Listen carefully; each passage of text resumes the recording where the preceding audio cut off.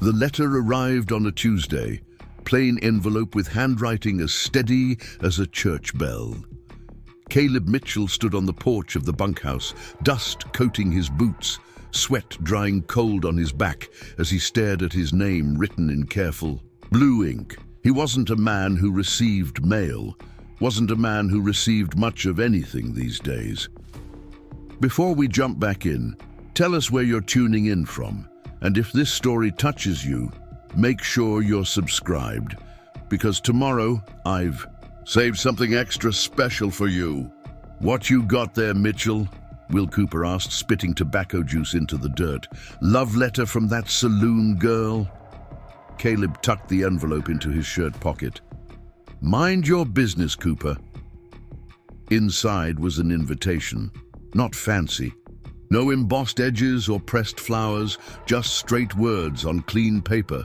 Mr. Mitchell, your presence is requested at Thornwood Valley Ranch tomorrow at noon. A business proposition awaits. Come alone. Margaret Thornwood Folks in Pine Ridge spoke of Margaret Thornwood in hushed tones, the 70-year-old widow of Colonel Richard Thornwood, owner of the biggest spread in Montana Territory, and a woman who hadn't set foot in town for 3 years. They said she was rich as a queen and twice as cold, said she could stare down a grizzly and make it apologize. Why she'd summon a broken-down cowboy like Caleb Mitchell was beyond understanding.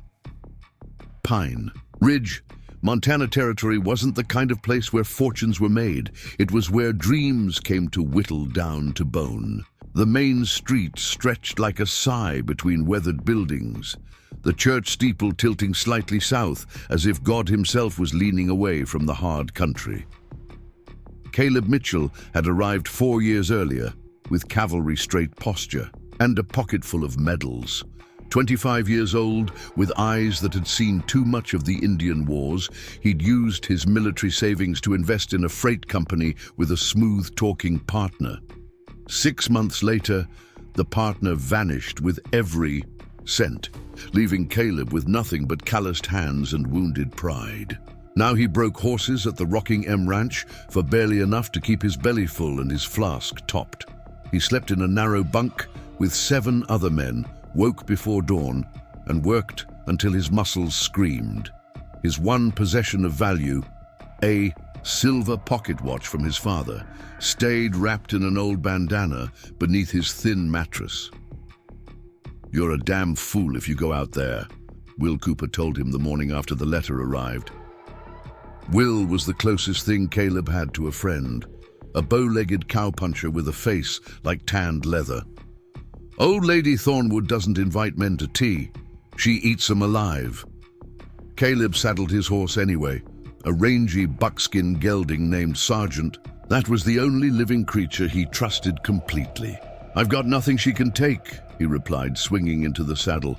"That's what worries me," Will said, shaking his head. "Man with nothing to lose is a dangerous man indeed." Thornwood Valley Ranch sprawled across 20,000 acres of prime Montana land, rolling hills, pine forests, crystal streams, and grassland that shimmered like the sea under sunlight. Iron gates marked the entrance, each post topped with a bronze eagle, wings spread in silent threat.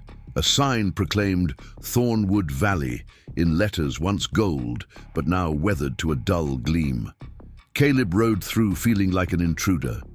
The main house appeared as he crested a hill, a massive structure of stone and timber that seemed more castle than ranch house. Carefully tended gardens surrounded it, splashes of color against the green and brown landscape. Smoke curled from 3 chimneys, though it was barely past breakfast. A man stepped forward as Caleb dismounted, tall and broad with silver at his temples and eyes that measured Caleb like a butcher sizing meat. "Jacob Harlow," he said without offering his hand. "Ranch foreman. She's waiting in the study." The interior of the Thornwood house smelled of beeswax and leather, of wealth so established it had no need to announce itself. Caleb followed Harlow down a hallway lined with paintings, landscapes, portraits of stern-faced men, and one magnificent oil of Colonel Richard Thornwood, astride a black stallion, looking imperious in his military uniform. The man built an empire, Harlow said, noting Caleb's gaze. Started with 50 acres and a dream after the Civil War. Mrs. Thornwood was his second wife, 30 years younger than him when they married. Now she's 70 and outlived him by a decade. Harlow paused at a polished oak door and knocked once before opening it. Harlow paused at a polished oak door and knocked once before opening it. "Mr. Mitchell, ma'am." Margaret Thornwood sat behind a mahogany desk, her back straight as a fence post. Her hair was silver white, pulled into a severe bun that accentuated sharp cheekbones and eyes the pale blue of winter sky. She wore a high-collared black dress with a cameo brooch at her throat. Her hands rested on the desk, fingers adorned with a single gold wedding band. "Mr. Mitchell," she said, her voice surprisingly soft yet commanding. "Prompt. I appreciate that in a man." Caleb removed his hat. "Ma'am, sit." She gestured to a leather chair opposite her desk. "I don't believe in wasting time with pleasantries when business is at hand." Caleb sat, his body tense as if preparing for a blow. Mrs. Thornwood studied him with those pale eyes, taking in his worn clothes, his sun-browned skin, the careful way he held himself. "You were a cavalry scout," she stated, "served with distinction. Attempted business, failed spectacularly. Now you break horses and drink too much whiskey on Saturday nights." Caleb's jaw tightened. "You've had me investigated. I investigate everything that concerns my investments." She opened a drawer and removed a folder, laying it flat on the desk. "You're $35,000 in debt to Horace Wainwright at the bank, a debt you inherited when your business partner fled, a debt you cannot hope to repay breaking horses at $12 a month." The amount hung in the air like a noose. Caleb had stopped counting after 20,000. "What's this about? Mrs. Thornwood?" "I need a husband, Mr. Mitchell."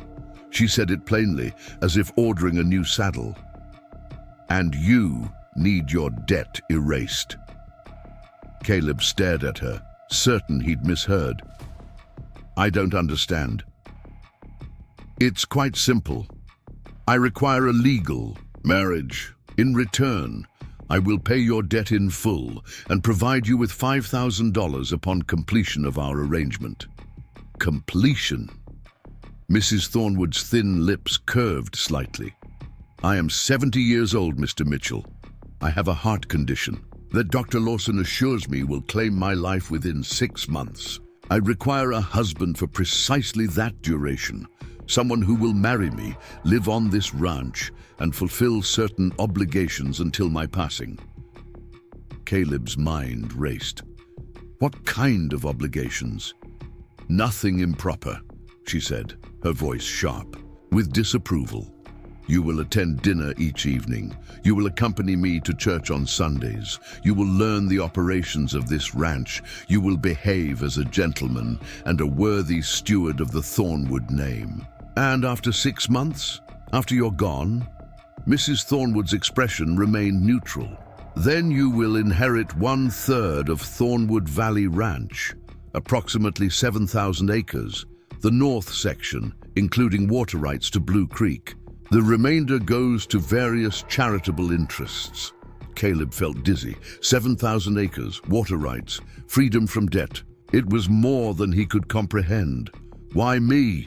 he asked, the question burning in his mind. "You could choose anyone."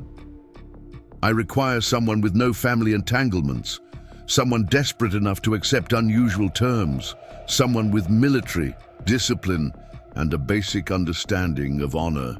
Mrs. Thornwood placed her hands flat on the desk. "Someone who, despite his current circumstances, still removes his hat in the presence of a lady and keeps his back straight even when life has beaten him down." The silence stretched between them, filled with the ticking of a grandfather clock in the corner. "There's something you're not telling me," Caleb said finally. For the first time, Mrs. Thornwood smiled, a small, tight expression that never reached her eyes. "There are many things I'm not telling you, Mr. Mitchell. That's the nature of business. The question is, do you accept my proposition?" Caleb thought of the bunkhouse at Rocking M. Preparing and narrating this story took us a lot of time, so if you are enjoying it, subscribe to our channel. It means a lot to us. Now back to the story. Thought of waking with aching muscles to another day of hard labor that would never amount to anything. Thought of Horace Wainwright's smug face every time Caleb passed the bank. When would this marriage take place? Tomorrow morning, 9 o'clock. Judge Wilson will come to the ranch. Mrs. Thornwood opened another drawer and removed a document. "This is our contract, spelling out all terms. Take it, read it carefully. Return by 8 tomorrow with your answer." Caleb took the document, feeling the weight of the heavy paper in his hands. "And if I decline, then you leave with a $50 consultation fee for your time today." She nodded toward an envelope on the edge of the desk. "And your life continues precisely as before." Caleb stood, tucking the contract inside his shirt. "I'll consider your offer, Mrs. Thornwood." "See that you do." Her eyes flickered to the portrait of Colonel Thornwood on the wall. "Life rarely offers second chances to men like you, Mr. Mitchell. I suggest you recognize this one when you see it." Caleb rode back to town with his thoughts churning like a river in flood. The contract burned against his chest, 10 pages of legal language that essentially offered him a new life in exchange for playing husband to a dying woman. He stopped at the Silver Dollar Saloon, ordered whiskey, and read every word twice. The terms were exactly as she'd stated, with additional clauses about confidentiality and proper behavior. Nothing about sharing her bed, nothing about physical obligations. Just a business arrangement wrapped in marriage vows. Will Cooper found him there at sunset, still nursing the same whiskey. "You look like you've seen a ghost." "Maybe I have." Caleb folded the contract carefully. "Need to borrow your good shirt tomorrow." Will's eyebrows shot up. "You're not seriously considering whatever madness that old woman proposed." "Already decided." Caleb finally drank his whiskey, welcoming the burn. "I'm getting married in the morning." The ceremony lasted exactly 12 minutes.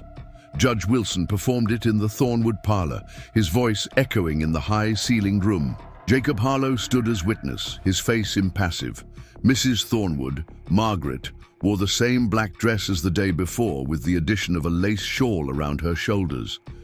Caleb wore Will's good shirt, too tight across the shoulders, but clean and pressed. "Do you, Caleb James Mitchell, take this woman to be your lawfully wedded wife?" Judge Wilson asked, peering over his spectacles. Caleb looked at Margaret, at her composed face and steady gaze. "I do." "And do you, Margaret?" "Eleanor Thornwood, take this man to be your lawfully wedded husband." "I do." Her voice was clear, without emotion. They signed the marriage certificate, and Judge Wilson departed with a puzzled expression. Jacob Harlow vanished to the stables, and Caleb stood in the grand parlor, a married man with a 70-year-old wife he barely knew. "Your belongings will be collected from the Rocking M," Margaret said, removing her shawl. "Your debt to Horace Wainwright has been settled as of this morning. I've had a suite of rooms prepared for you in the East Wing." "Thank you," Caleb said, the words inadequate. "Dinner is at 7. I expect you to be punctual and properly dressed. Jacob will show you to your rooms and provide appropriate attire." She turned to leave, then paused. "One more thing, Mr. Mitchell." "Yes?" "While we're alone, you may call me Margaret. In the presence of others, I remain Mrs. Thornwood." "Is that clear?" "Yes, ma'am. Margaret." She nodded once and left him standing alone, a stranger in what was now technically his home.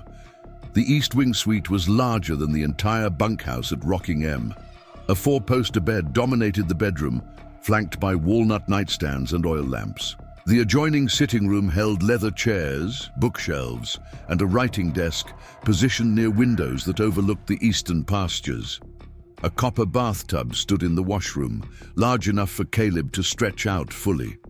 On the bed lay 3 suits, shirts, vests, and trousers, all in his size. Boots and shoes sat neatly arranged below. A silverback brush and mirror set waited on the dresser alongside a bottle of bay rum cologne. Mrs. Thornwood had these ordered from Denver. "Last week," Jacob explained, watching Caleb's stunned expression. "She leaves nothing to chance." Caleb ran his fingers over a charcoal grey suit. "She knew I'd accept." "She knew you weren't a fool," Jacob corrected. "There's a difference."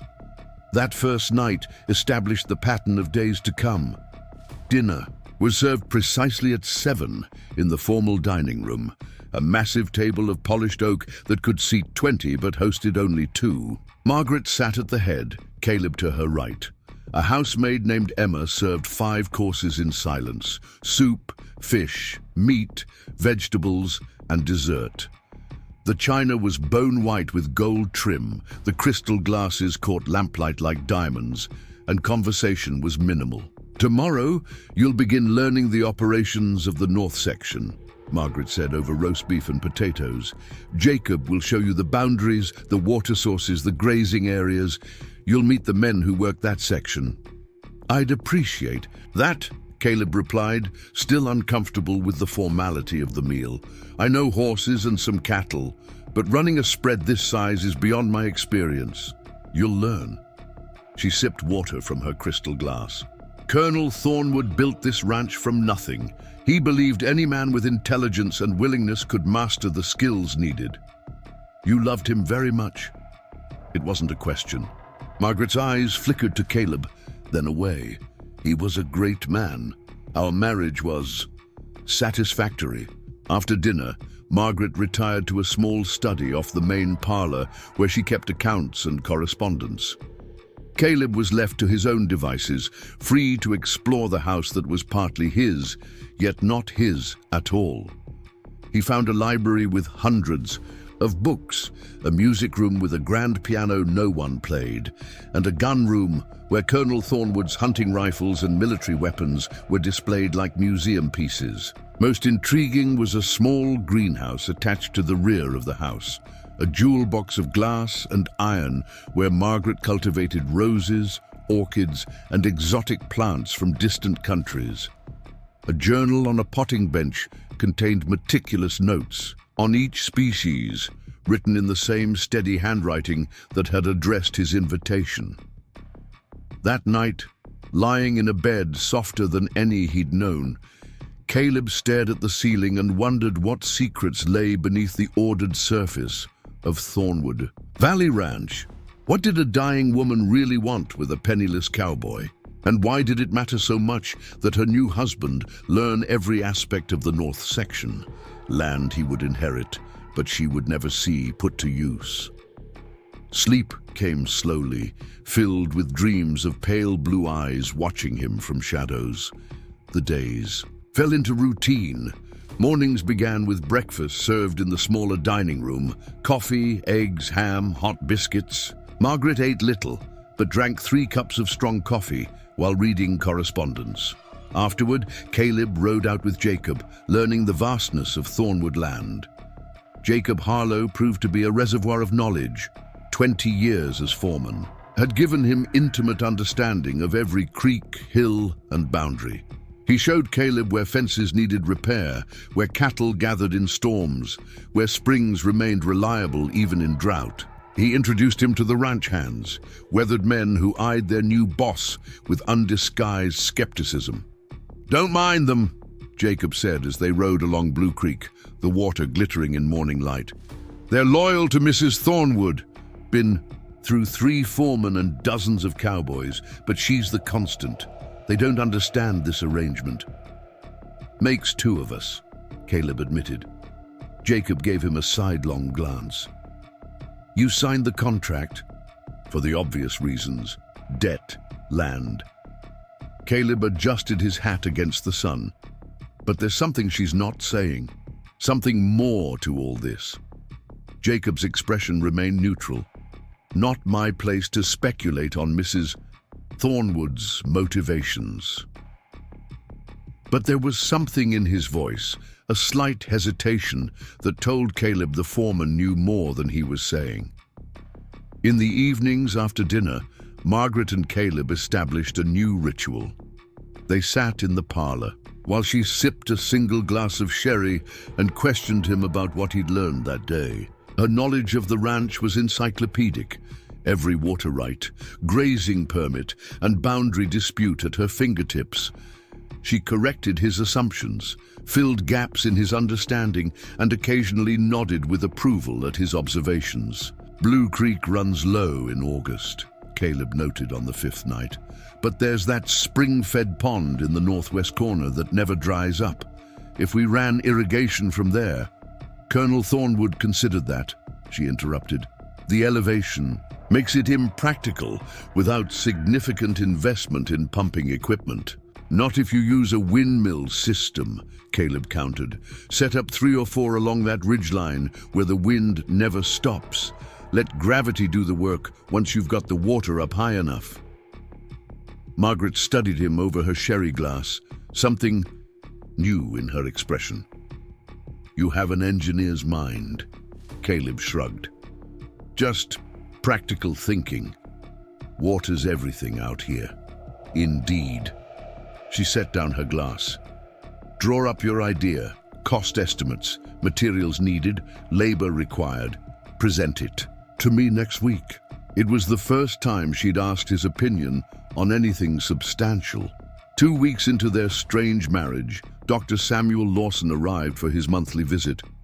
Caleb was introduced formally as my husband, and then politely dismissed while the doctor examined Margaret in her bedroom. He waited in the parlor, thumbing through a book about cattle breeding while straining to hear their muffled voices.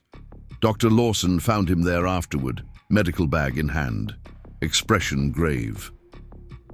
Mr. Mitchell, a word. Caleb set the book aside. How is she? Determined, as always. The doctor sat heavily in an armchair. Mrs. Thornwood has mitral valve stenosis, a narrowing of a heart valve. It's progressing as expected. She experiences fatigue, shortness of breath, occasional chest pain. Is there nothing to be done? Nothing but managing symptoms and ensuring her comfort. Dr. Lawson studied Caleb with clinical interest. She told me about your arrangement. Unusual, but not surprising for Margaret Thornwood. She's never been conventional. Did she tell you why? The real reason? The doctor hesitated. Patient confidentiality prevents me from sharing certain matters. But I will say this. Mrs. Thornwood's motivations are rarely simple and never entirely what they appear. After the doctor left, Caleb found Margaret in her greenhouse, carefully trimming dead leaves from an orchid. She looked smaller somehow, more fragile, her hands not quite steady. Dr. Lawson says you're progressing as expected, Caleb said, standing awkwardly among the plants, whatever that means. It means I'm dying according to schedule. She didn't look up from the orchid. Does that disturb you, Mr. Mitchell?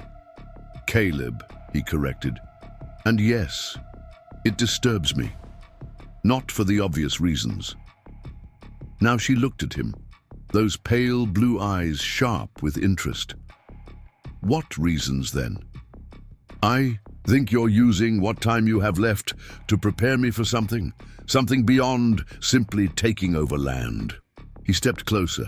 I think there's a reason it's the north section specifically. I think there's a reason you're having me learn every inch of it. And I think it has something to do with those papers you lock in your desk drawer every night. Margaret's expression remained composed, but a flush appeared on her cheeks, either anger or surprise at his directness. You've been watching me closely, she observed, as closely as you've been watching me. She set down her pruning shears deliberately. My reasons are my own, Mr. Mitchell. You agreed to terms. The why of it is immaterial. Not to me. Caleb stepped even closer close enough to smell the lavender sachet she kept in her dress pocket. "I'm not just some cowboy you bought, Margaret. I was a cavalry scout. I tracked men through wilderness by noticing what others missed. And everything about this situation tells me there's more at stake than a simple inheritance." For a long moment she said nothing, merely studied him as if seeing him truly for the first time. "Very well," she said finally. "Tonight after dinner I will show you something. Then perhaps you'll understand why I chose you specifically, Caleb Mitchell. Why it couldn't be just any desperate man."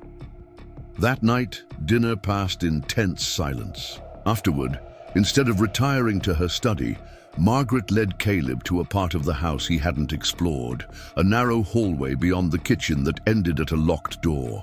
She produced a key from her pocket and opened it to reveal a steep staircase descending into darkness. The original house was smaller, she explained, lighting a lamp. This led to the root cellar. When the Colonel expanded, he had special renovations made. Caleb followed her down the stairs, ducking his head against low beams. At the bottom was another door, this one reinforced with iron bands.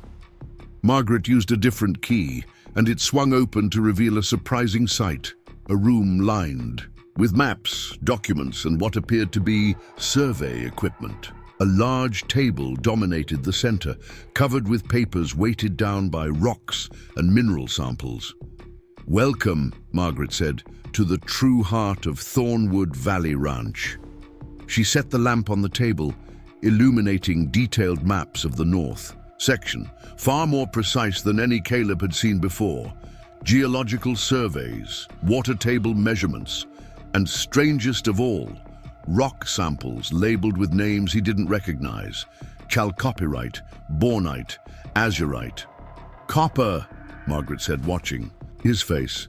"The north section sits on one of the largest copper deposits in Montana Territory, potentially worth millions." Caleb's mind raced. Does anyone else know? Only Jacob. And the Colonel, of course. He discovered it 15 years ago while digging a new well. She traced a finger along one of the maps.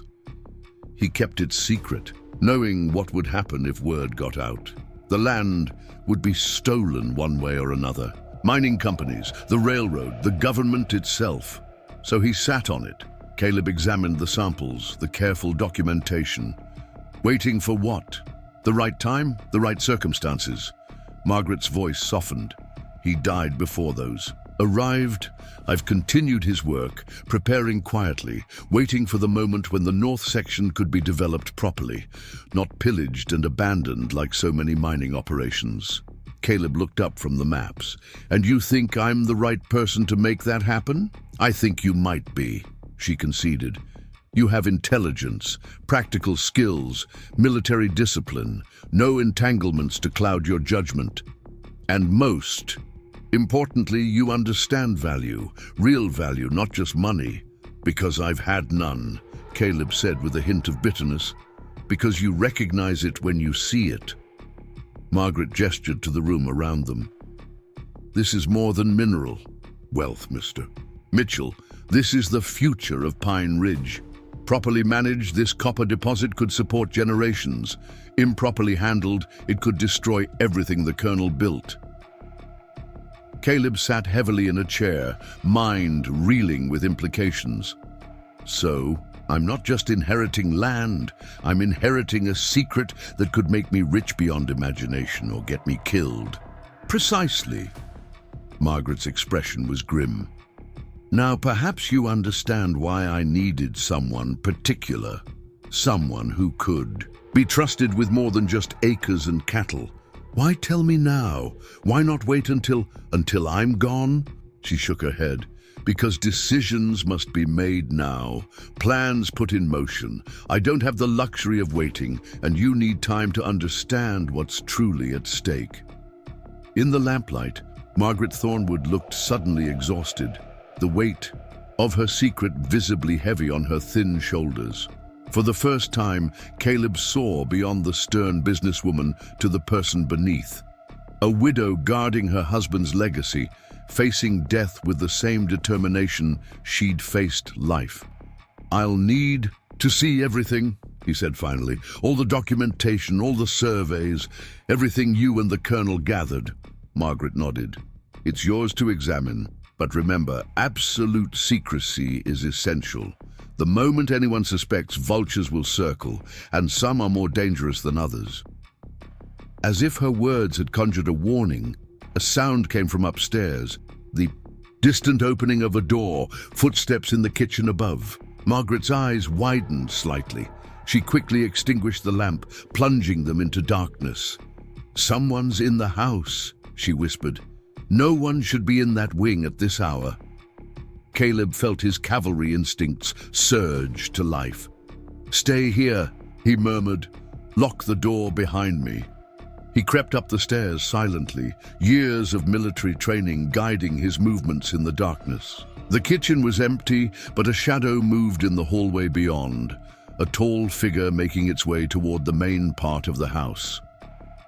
Caleb followed, keeping to the walls, wishing he had his service revolver.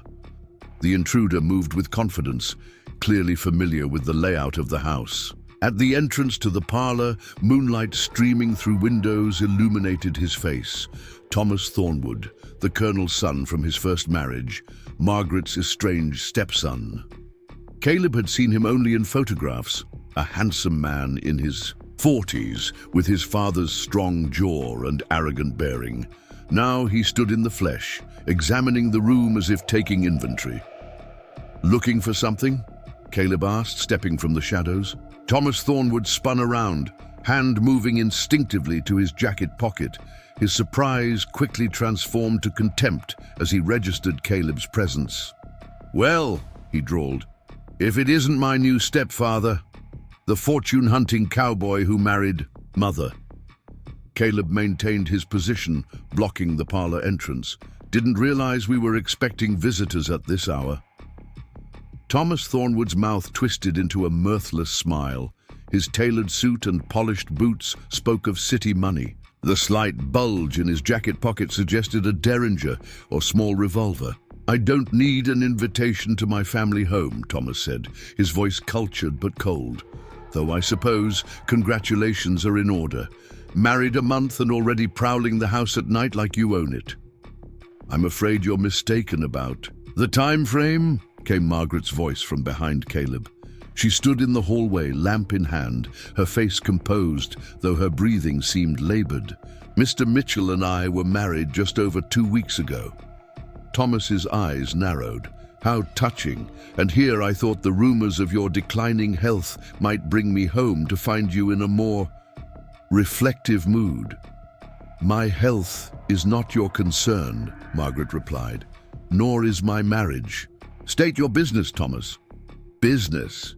Can't a son visit his mother without suspicion?" "A son could," she agreed. "You, however, have not darkened my door in 7 years. Not since the Colonel's funeral, when you made your feelings about his will quite clear." Thomas smoothed his jacket, an affected gesture of nonchalance.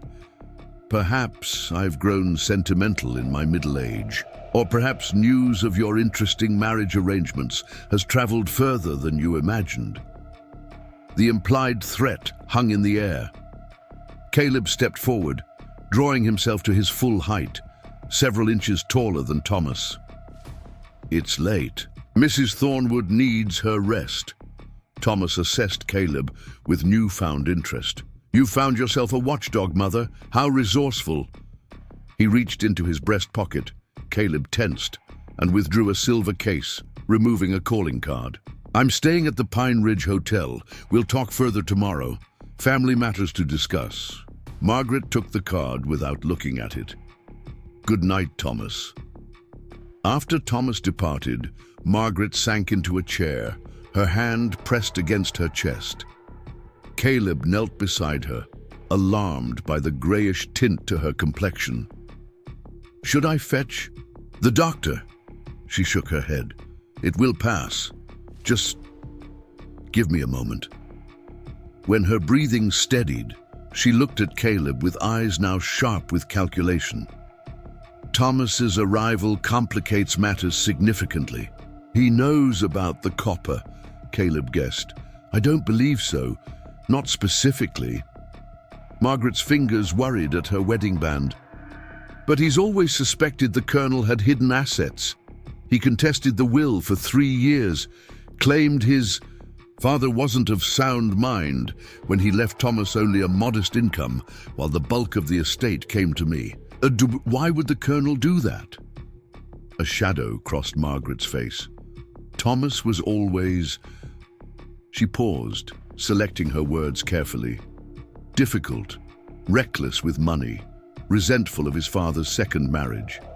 When he reached 30 with nothing to show but gambling debts and failed ventures, the colonel lost patience, told him he needed to prove himself before inheriting responsibility for Thornwood. And now he's back, just as you're preparing to transfer part of that responsibility to me. Caleb stood, pacing the parlor. That's not coincidence. No. Margaret looked suddenly weary. Someone has informed him of our arrangement. Thomas has friends in the territorial offices, corrupt friends. If he suspects there's more to the north section than cattle grazing, he'll stop at nothing. What do you want me to do? She held his gaze steadily. Exactly what we've been doing. Continue learning everything about the north section.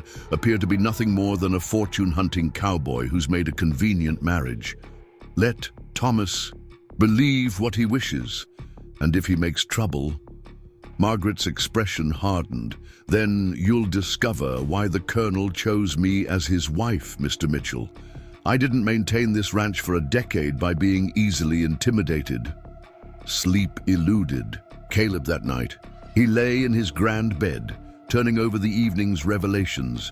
Copper worth millions, an estranged stepson with questionable connections, and Margaret Thornwood, still an enigma despite her partial confidence. Dawn found him at the stables, saddling Sergeant for an early ride. He needed to clear his head, to see the north section with fresh eyes, now that he understood its true value. Jacob Harlow appeared as he was checking the cinch, the foreman's face grim in the grey morning light. Mrs. Thornwood told me about our visitor, Jacob said, handing Caleb a canteen. Thomas always was a snake. You know him well? Jacob spat into the dirt. Known him since he was 15, spoiled, entitled, treated ranch hands like they were beneath him. The colonel tried to teach him, but the boy had no interest in honest work, expected everything handed to him on account of his name. And now, he's back. Caleb mounted, settling into the saddle. Just when Margaret is failing. Convenient timing, Jacob agreed, his weathered face creased with worry. Be careful out there today. Eyes open. Always. The morning air held the crispness of early autumn as Caleb rode north. Aspens shimmered gold along creek beds, and the mountains stood sharp against a cloudless sky. He followed Blue Creek, mentally tracing the irrigation system he'd proposed, seeing now how it could serve more than just cattle. A mining operation would need substantial water. At the highest point of the north section, he dismounted and surveyed the land. To an untrained eye, it was simply good grazing, rolling hills dotted with ponderosa pine, meadows rich with grass, the creek winding silver below. To Caleb now, it was a treasure hidden in plain sight. He knelt and examined the soil, remembering the rock samples in Margaret's secret room. Would there be surface signs? The colonel must have discovered the copper by accident, but surely there were indications if one knew what to look for. Caleb spent hours exploring, making mental notes of landmarks, considering defensible positions, planning access routes. Military training died hard. He naturally assessed the land for strategic advantages, for vulnerabilities, for escape routes, if needed. It was nearly noon when he spotted the rider approaching from the east. A lone figure on a roan gelding, moving with the confidence of someone who knew the terrain. As the distance closed, Caleb recognized Thomas Thornwood, now dressed for riding in expensive but practical clothes. Thomas reined in 20 yards away, tipping his hat in mock courtesy. "Mr. Mitchell, admiring your future inheritance?" Caleb remained expressionless. "Getting to know the land. Mrs. Thornwood is thorough in her instructions." "I'm sure she is." Thomas dismounted, leading his horse closer. Mother always did have an eye for detail, and for opportunity. "What do you want, Thornwood?" Thomas smiled, the expression not reaching his eyes. "Direct, I appreciate that. Let's be equally direct with each other. You've married my stepmother for her land and her money.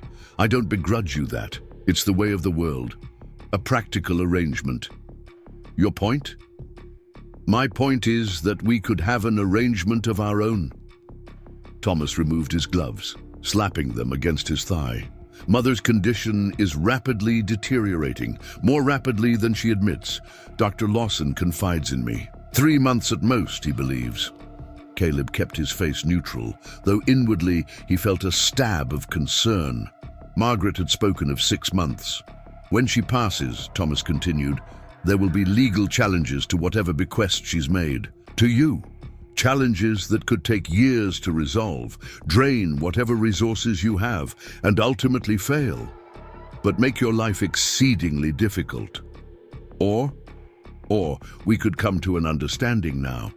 You'll inherit the north section, about 7,000 acres, I'm told. Sell me half at a reasonable price immediately after her death, and I'll ensure those legal challenges never materialize." Thomas smiled again. "You still walk away with land, money, and none of the headaches." Caleb studied the man, noting the practiced charm that couldn't quite conceal the predatory intent beneath. "And why would you want that particular half? There's plenty of Thornwood land."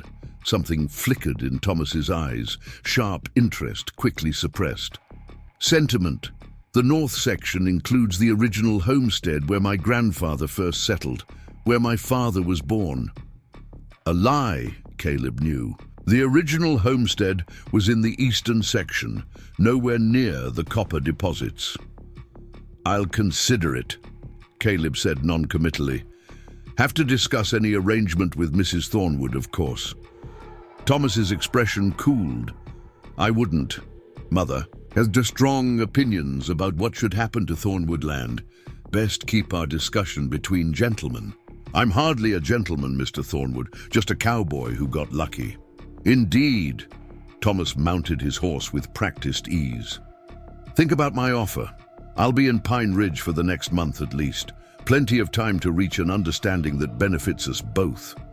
Caleb watched him ride away, the implications of the encounter settling like lead in his stomach.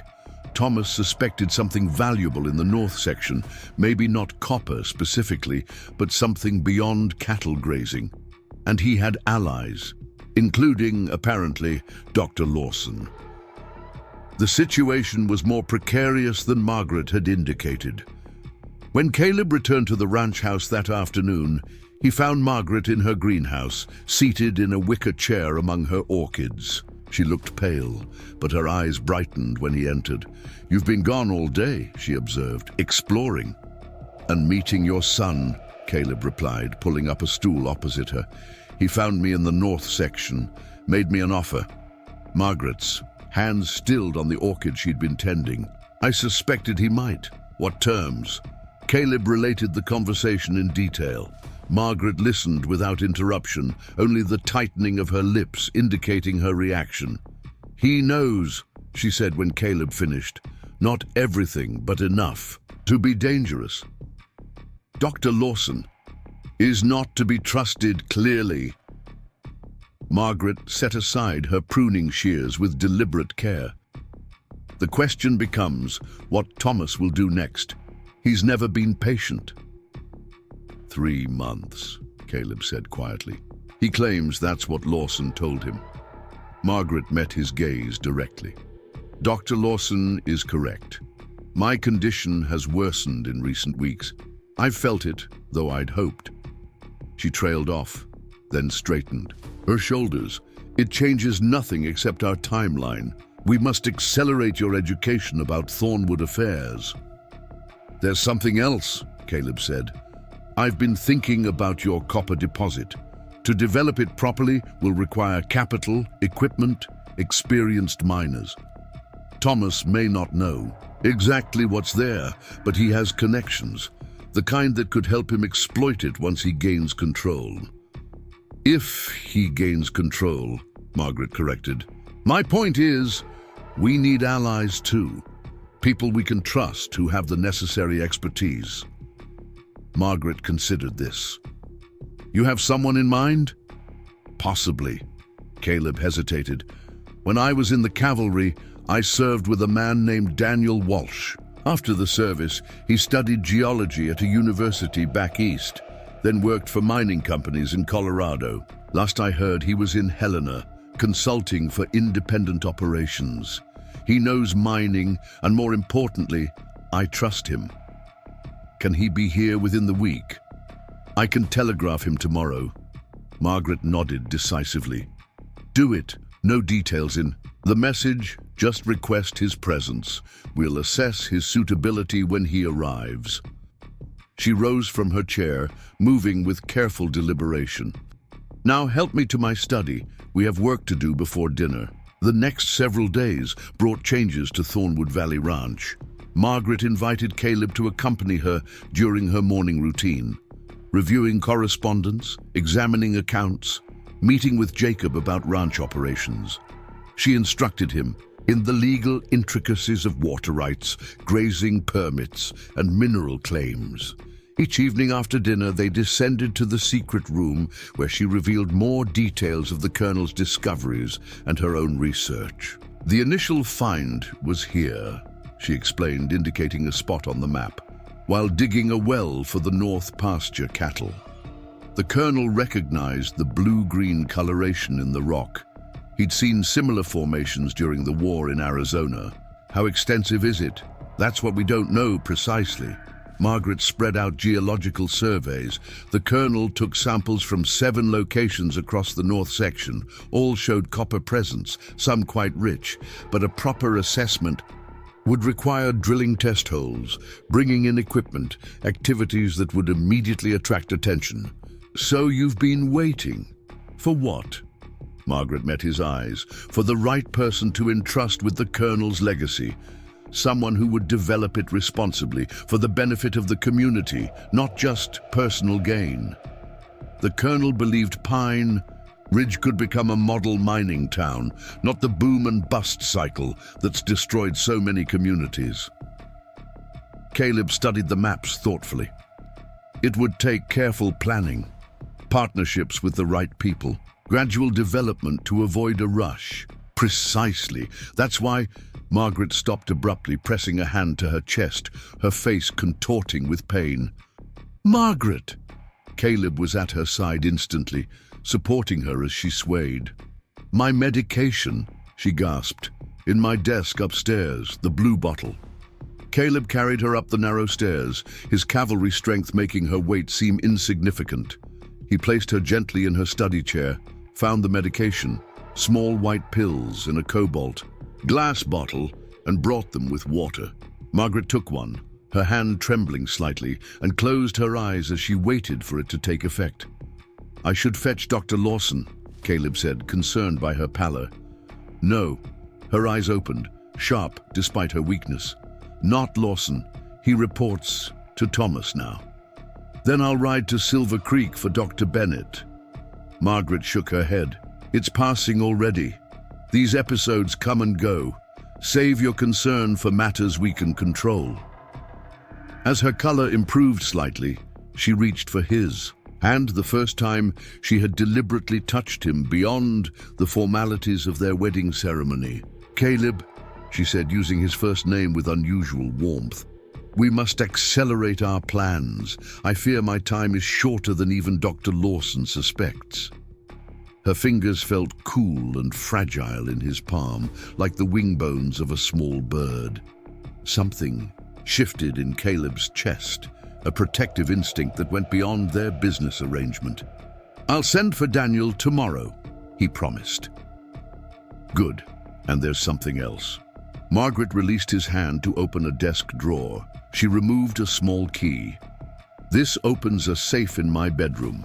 Inside you'll find legal documents, deeds, certificates, the formal will, leaving you the north. Section: if anything happens to me suddenly, take these papers immediately to Judge Wilson in Pine Ridge. No one else." Caleb pocketed the key, its weight seemingly greater than its size warranted. "Nothing's going to happen to you. Not yet." Margaret's smile held a trace of genuine warmth. "Your optimism is refreshing if misplaced. Now help me to my room. I need to rest before dinner." That night, Caleb wrote 2 letters. The first was a telegram to Daniel Walsh in Helena, requesting his immediate presence at Thornwood Valley Ranch on a matter of professional interest and personal urgency. The second was a longer letter to Will Cooper at the Rocking M, asking him to discreetly gather information about Thomas Thornwood's activities in Pine Ridge, who he met with, what questions he was asking. He would deliver both in the morning when he rode into town. For now, he sat on the veranda watching the stars emerge over Thornwood land, turning the small safe key over in his fingers. Whatever Margaret's initial motives in their marriage arrangement, Caleb now found himself committed to more than just securing his inheritance. The Colonel's vision and Margaret's determination to see it fulfilled resonated with something in him. Perhaps it was simply the military man's respect for a well-conceived mission, or perhaps it was watching Margaret fight against time and her own body with such dignity. Either way, he was no longer just a hired husband. He was a man with purpose. Again, Caleb's trip to town the following morning revealed troubling developments. Thomas Thornwood had been busy, meeting with Horace Wainwright at the bank, dining with 2 well-dressed strangers from Helena who were rumored to represent mining interests, and most concerning, filing papers at the Territorial Land Office. Couldn't find out exactly what he filed, the telegraph operator told Caleb after accepting the message to Daniel Walsh. But Jenkins, who works there, said it had something to do with reviewing original survey boundaries of Thornwood property. Survey boundaries. Caleb thanked the man and headed to the Pine Ridge Hotel, his concern deepening. If Thomas was investigating boundary issues, it suggested he might know more about the copper deposits than Margaret believed. The hotel was the only 2-story building in Pine Ridge, its faded grandeur a reminder of more prosperous days when the stage line had made the town a regular stop. Caleb inquired at the desk and learned Thomas was out but expected back for lunch. Rather than wait, Caleb left his card, a gesture that felt strange given his usual station in life, with a message that he wished to discuss Thomas's proposal further. Let the man believe his offer was being considered. Better to keep Thomas visible than have him plotting in the shadows.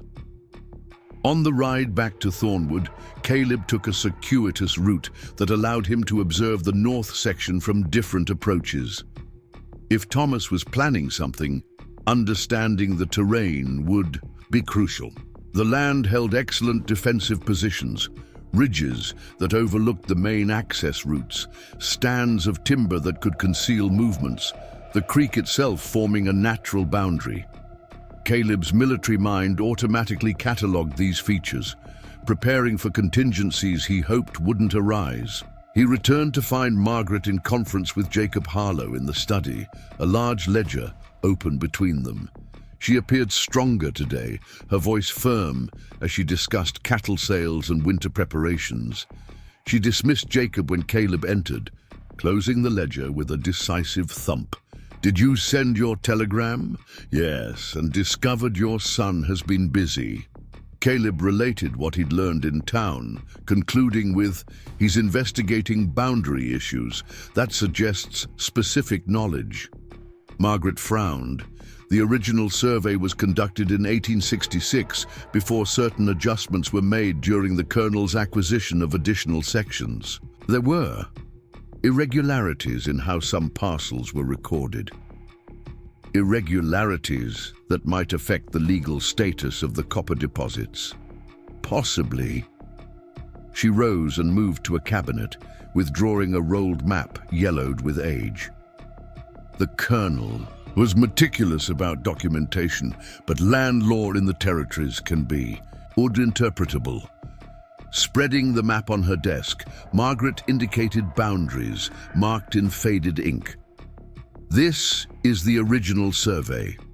Compare it with our current property lines. Caleb studied both, noting discrepancies. Small, but potentially significant shifts in where certain boundaries fell. The north section looks different. The Colonel purchased additional acreage in 1872 from a bankrupt neighboring ranch. The surveyor who recorded the transaction was a friend who understood the value of flexibility. Meaning, Margaret's expression remained neutral. Meaning, the official boundaries were drawn to include certain geological features the Colonel found interesting, even if they technically extended slightly beyond the purchased parcel. So, if someone challenged the survey, it could potentially invalidate our claim to portions of the north section, the very portions containing the richest copper deposits. Margaret rolled the map carefully. You see why Thomas's activities concern me. Caleb's mind raced through implications.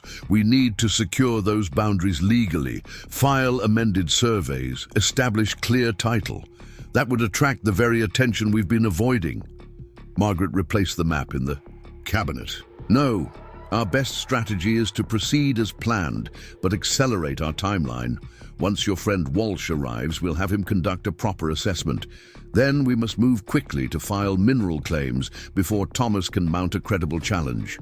Their conversation was interrupted by a knock at the study door.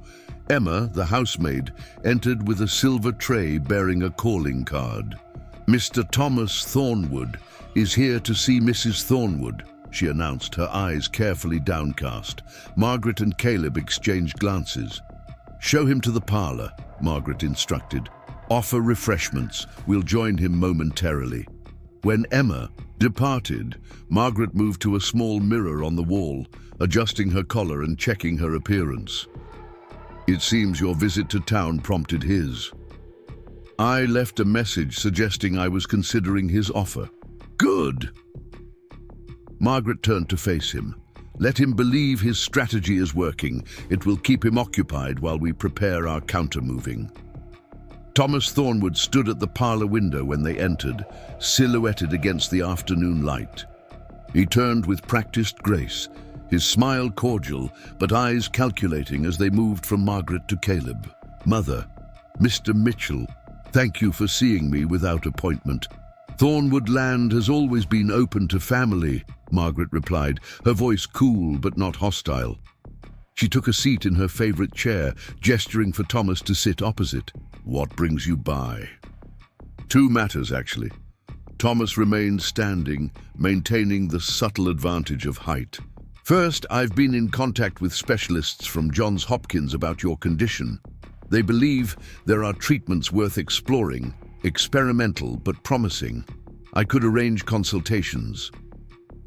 The false concern was so perfectly pitched that Caleb felt a flash of admiration for Thomas's skill at manipulation. Margaret, however, merely folded her hands in her lap. My medical care is adequate, thank you. Is it? Thomas raised an eyebrow.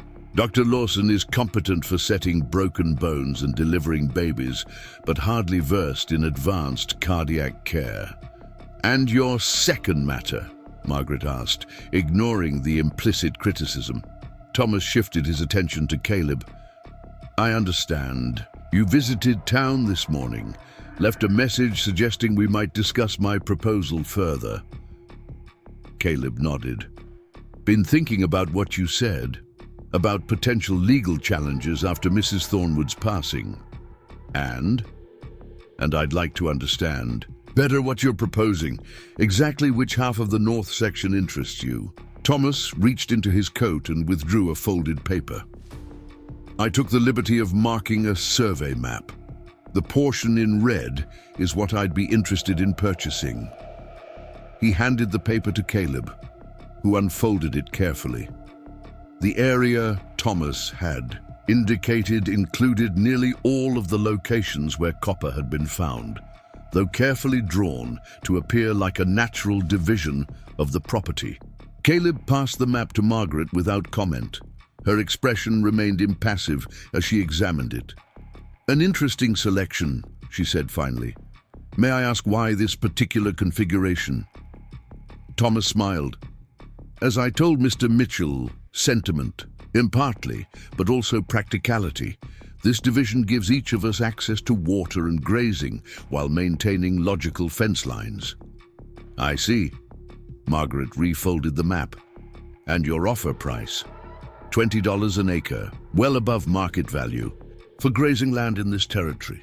The sum was substantial, over $70,000 for the acreage Thomas had marked, yet a fraction of what the land would be worth once the copper was developed. "That's generous," Caleb said, maintaining the pretense of interest, though any decision would need to wait until after. "Of course," Thomas agreed smoothly. "I merely wish to establish the framework of our understanding while Mother is still with us, to ensure her peace of mind that Thornwood land will remain properly managed." Margaret handed the map back to Thomas. "I appreciate your concern for my peace of mind. It's rather new." A flash of genuine emotion, annoyance, perhaps anger, crossed Thomas's carefully controlled features. He folded the map deliberately, tucking it away. "Family relationships can evolve, Mother, even at the 11th hour." "Indeed they can." Margaret rose, signaling the end of the meeting. "We'll consider your proposal, Thomas. In the meantime, please don't trouble yourself with my medical care. I've made my peace with what's coming." Thomas inclined his head in acquiescence, though his eyes remained cold. "As you wish, Mr. Mitchell. I'll look forward to hearing your thoughts once you've had time to consider my offer fully." After Thomas departed, Margaret moved to the parlor window, watching his horse and buggy descend the long drive toward the main road. "He knows," she said quietly.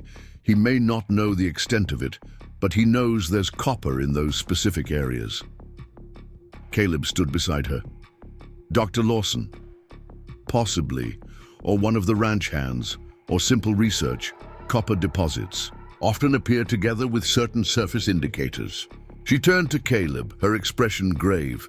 "This changes our position significantly. Thomas has resources we don't. Political connections, capital, allies in Helena. But we have possession," Caleb pointed out, "and your husband's documentation. Documents that could be challenged given the survey irregularities."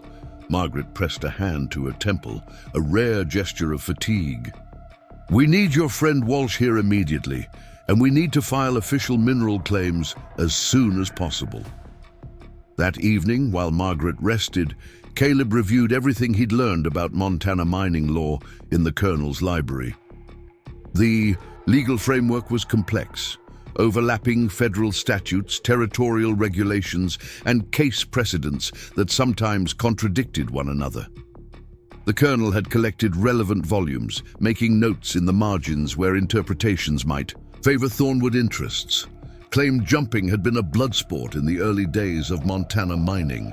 While law now governed most disputes, Thomas's approach suggested more sophisticated methods of appropriation, using legal technicalities, boundary challenges, and political influence rather than guns and dynamite. Caleb was deep in a volume of territorial statutes when Jacob Harlow appeared at the library door, his expression troubled. "Riders coming up the North Road," the foreman reported. "4 men. Thomas is with them." Caleb closed the book. "Armed?" "Rifle scabbards on their saddles. Could be innocent, might be showing friends the property. At this hour, not likely." Caleb moved to the gun cabinet, selecting one of the Colonel's Winchester repeating rifles and checking its action. "Where's Mrs. Thornwood?" "Resting. In her room. Emma's with her." "Good. Keep her there. Tell her I've gone to greet our visitors." Jacob's weathered face creased with concern. You want company? No. Better if the ranch appears calm. But have 2 men saddle horses and stay ready by the stables. If there's trouble, get Mrs. Thornwood out the back way to the line cabin in Cottonwood Canyon. The foreman nodded, understanding the gravity of the situation. Be careful, Mr. Mitchell. Thomas never was one to play fair. Caleb rode out alone, the Winchester across his saddle, following the north road until he spotted the approaching riders silhouetted against the twilight sky. He positioned himself at a curve where the road narrowed between 2 rocky outcroppings, a natural checkpoint that allowed him to block their path while maintaining tactical advantage. The 4 riders slowed as they saw him waiting. Thomas led the group, flanked by 3 men Caleb didn't recognize, hard-faced individuals whose posture and alertness marked them as experienced in confrontation. Evening, gentlemen, Caleb called as they approached. Bit late for a social call. Thomas reined in his horse 20 yards away. Mr. Mitchell, taking an evening ride? Greeting visitors. Mrs. Thornwood is resting and not receiving guests tonight. One of the men with Thomas, a tall, broad-shouldered individual with a deeply pockmarked face, leaned forward in his saddle. This the cowboy you mentioned, Thornwood? Thomas nodded. Caleb Mitchell, my mother's husband. The emphasis on the last word carried clear disrespect. The pockmarked man studied Caleb with cold assessment. We're not here on social business, Thomas said. These gentlemen are from the Territorial Land Office. Mr. Hayes here is Deputy Commissioner of Mineral Resources. We're conducting an official inspection regarding a boundary dispute that's been filed. Caleb kept his expression neutral, despite the surge of alarm. Official inspections are conducted during business hours with proper notification. The man, identified as Hayes, smiled thinly. When fraud is suspected, Mr. Mitchell, we have authority to investigate immediately. Fraud? Certain irregularities in the original Thornwood surveys have been brought to our attention, Thomas explained with false regret, particularly concerning the north section boundaries. As a family matter, I had hoped to resolve this quietly, but your reluctance to discuss my proposal necessitated official channels. It was a clever ploy. By bringing territorial officials, likely bribed or otherwise compromised, Thomas was attempting to gain legal access to the property, establishing grounds for challenging the boundaries that contained the copper deposits. Any inspection will need to wait until morning, Caleb stated firmly, and will require Mrs. Thornwood's presence as the legal owner of Thornwood Valley Ranch. Hayes straightened in his saddle. Son, I don't think you understand. This isn't a request. We have territorial authority to, and I have authority as Mrs. Thornwood's husband to refuse entry to her property after dark, Caleb interrupted, shifting the Winchester slightly, not aiming, but ensuring its presence was noted. You're welcome to return at 9 tomorrow morning. Mrs. Thornwood will have her legal representation present. The third man in Thomas's group, younger, with a neat beard and city clothes, leaned toward Thomas. He's within his rights. Forcible entry would invalidate any findings. Thomas's jaw tightened with barely suppressed anger. Very well, 9 tomorrow. He fixed Caleb with a cold stare. Do consider my offer before then, Mitchell. This process can go smoothly or otherwise. I look forward to seeing you gentlemen in the morning, Caleb replied evenly. Good evening. He remained in position, rifle visible, as the 4 riders turned their horses and departed down the road. Only when they were well out of sight did he relax his posture and head back to the ranch house. Margaret was waiting in the parlor, her face pale but composed. Jacob had informed her of the confrontation. Territorial officials, she said when Caleb entered. Thomas is moving faster than I anticipated. Bought officials, Caleb corrected, setting the rifle aside. The real question is how much they know and what legal ground Thomas is claiming. Boundary disputes are common enough. Margaret mused, but rarely involve midnight inspections unless significant value is suspected. Caleb paced the parlor, mind racing through options. We need to act now, tonight, file our mineral claims before they arrive tomorrow. The land office is in Helena, even riding all night. Not all claims, just enough to establish our priority rights to the key deposits. Caleb stopped pacing, decision made. Judge Wilson can witness and notarize the claims here. Then I can ride to Pine Ridge and telegraph the filings to Helena before the land office opens tomorrow. Margaret considered this, then nodded decisively. I'll have Jacob fetch the judge immediately. Meanwhile, we need to prepare the claim documents with precise coordinates.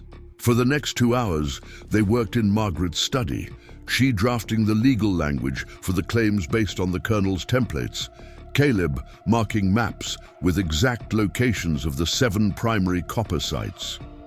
The work seemed to energize Margaret, bringing color to her cheeks and clarity to her movements despite the late hour. You should be resting, Caleb said as she completed the 3rd document. Margaret didn't look up from her writing. I'll rest when this is secured. The Colonel spent 15 years protecting this discovery. I won't see it lost in a single night. Her dedication stirred something in Caleb. Admiration, certainly, but also a growing sense of personal investment beyond their business arrangement. Whatever had begun as a marriage of convenience was evolving into a genuine partnership. Judge. Wilson arrived near midnight, bleary-eyed and confused, until the situation was explained. A friend of the Colonel's from the early days, he harbored no love for Thomas Thornwood. Always was a troublemaker, the judge muttered as he reviewed the claim documents. Never understood why the Colonel didn't just disinherit him completely. Family is complicated, Margaret replied simply. The judge witnessed their signatures on 7 separate mineral claims, applying his official seal to each. These are properly executed, he confirmed, but they'll need to be filed with the territorial office to be binding. I'll ride to Pine Ridge now, Caleb said, gathering the documents carefully. The telegraph office opens at 6. I can have these transmitted to Helena before Thomas and his officials arrive. Margaret walked with him to the front door while Jacob prepared his horse. In the privacy of the dimly lit hallway, she surprised him by taking both his hands in hers. Be careful, she said softly. Thomas won't hesitate to stop you if he suspects what we're doing. The genuine concern in her voice touched him. I'll be back before they arrive in the morning. Margaret held his gaze for a long moment, then did something entirely unexpected. She raised one hand to his cheek, the gesture gentle, almost affectionate. You've become more than I bargained for, Caleb Mitchell, she said quietly. Before he could respond, she turned and walked back to her study, leaving him with the warmth of her touch still lingering on his skin and a new determination to protect both her and her husband's legacy. The night ride to Pine Ridge was tense but uneventful. Caleb took the back trails, avoiding the main road where Thomas's men might be watching. Sergeant moved sure-footed through the darkness, seeming to understand the urgency of their mission. Pine Ridge slept under a canopy of stars, its few streets deserted, save for a light burning in the sheriff's office and a piano playing faintly from the Silver Dollar Saloon. Caleb made his way to the telegraph office. It was closed, of course, but the operator, Sam Willard, lived in rooms above. Caleb pounded on the side door until a window scraped open and Sam's disheveled head appeared. Who's there? Do you know what time it is? Caleb Mitchell from Thornwood Ranch. I need to send urgent telegrams to Helena. It's an emergency. Sam squinted down at him. Mitchell, the fella who married old lady Thornwood. That's right, I'll pay double rate for your trouble. The mention of extra payment dispelled any remaining hesitation. 5 minutes later, Caleb stood in the dimly lit office as Sam, still in his nightshirt with suspenders hastily pulled over, prepared his equipment.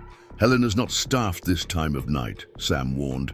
Messages won't be delivered till they open at 8. That's fine. I just need them to be first in line when the office opens.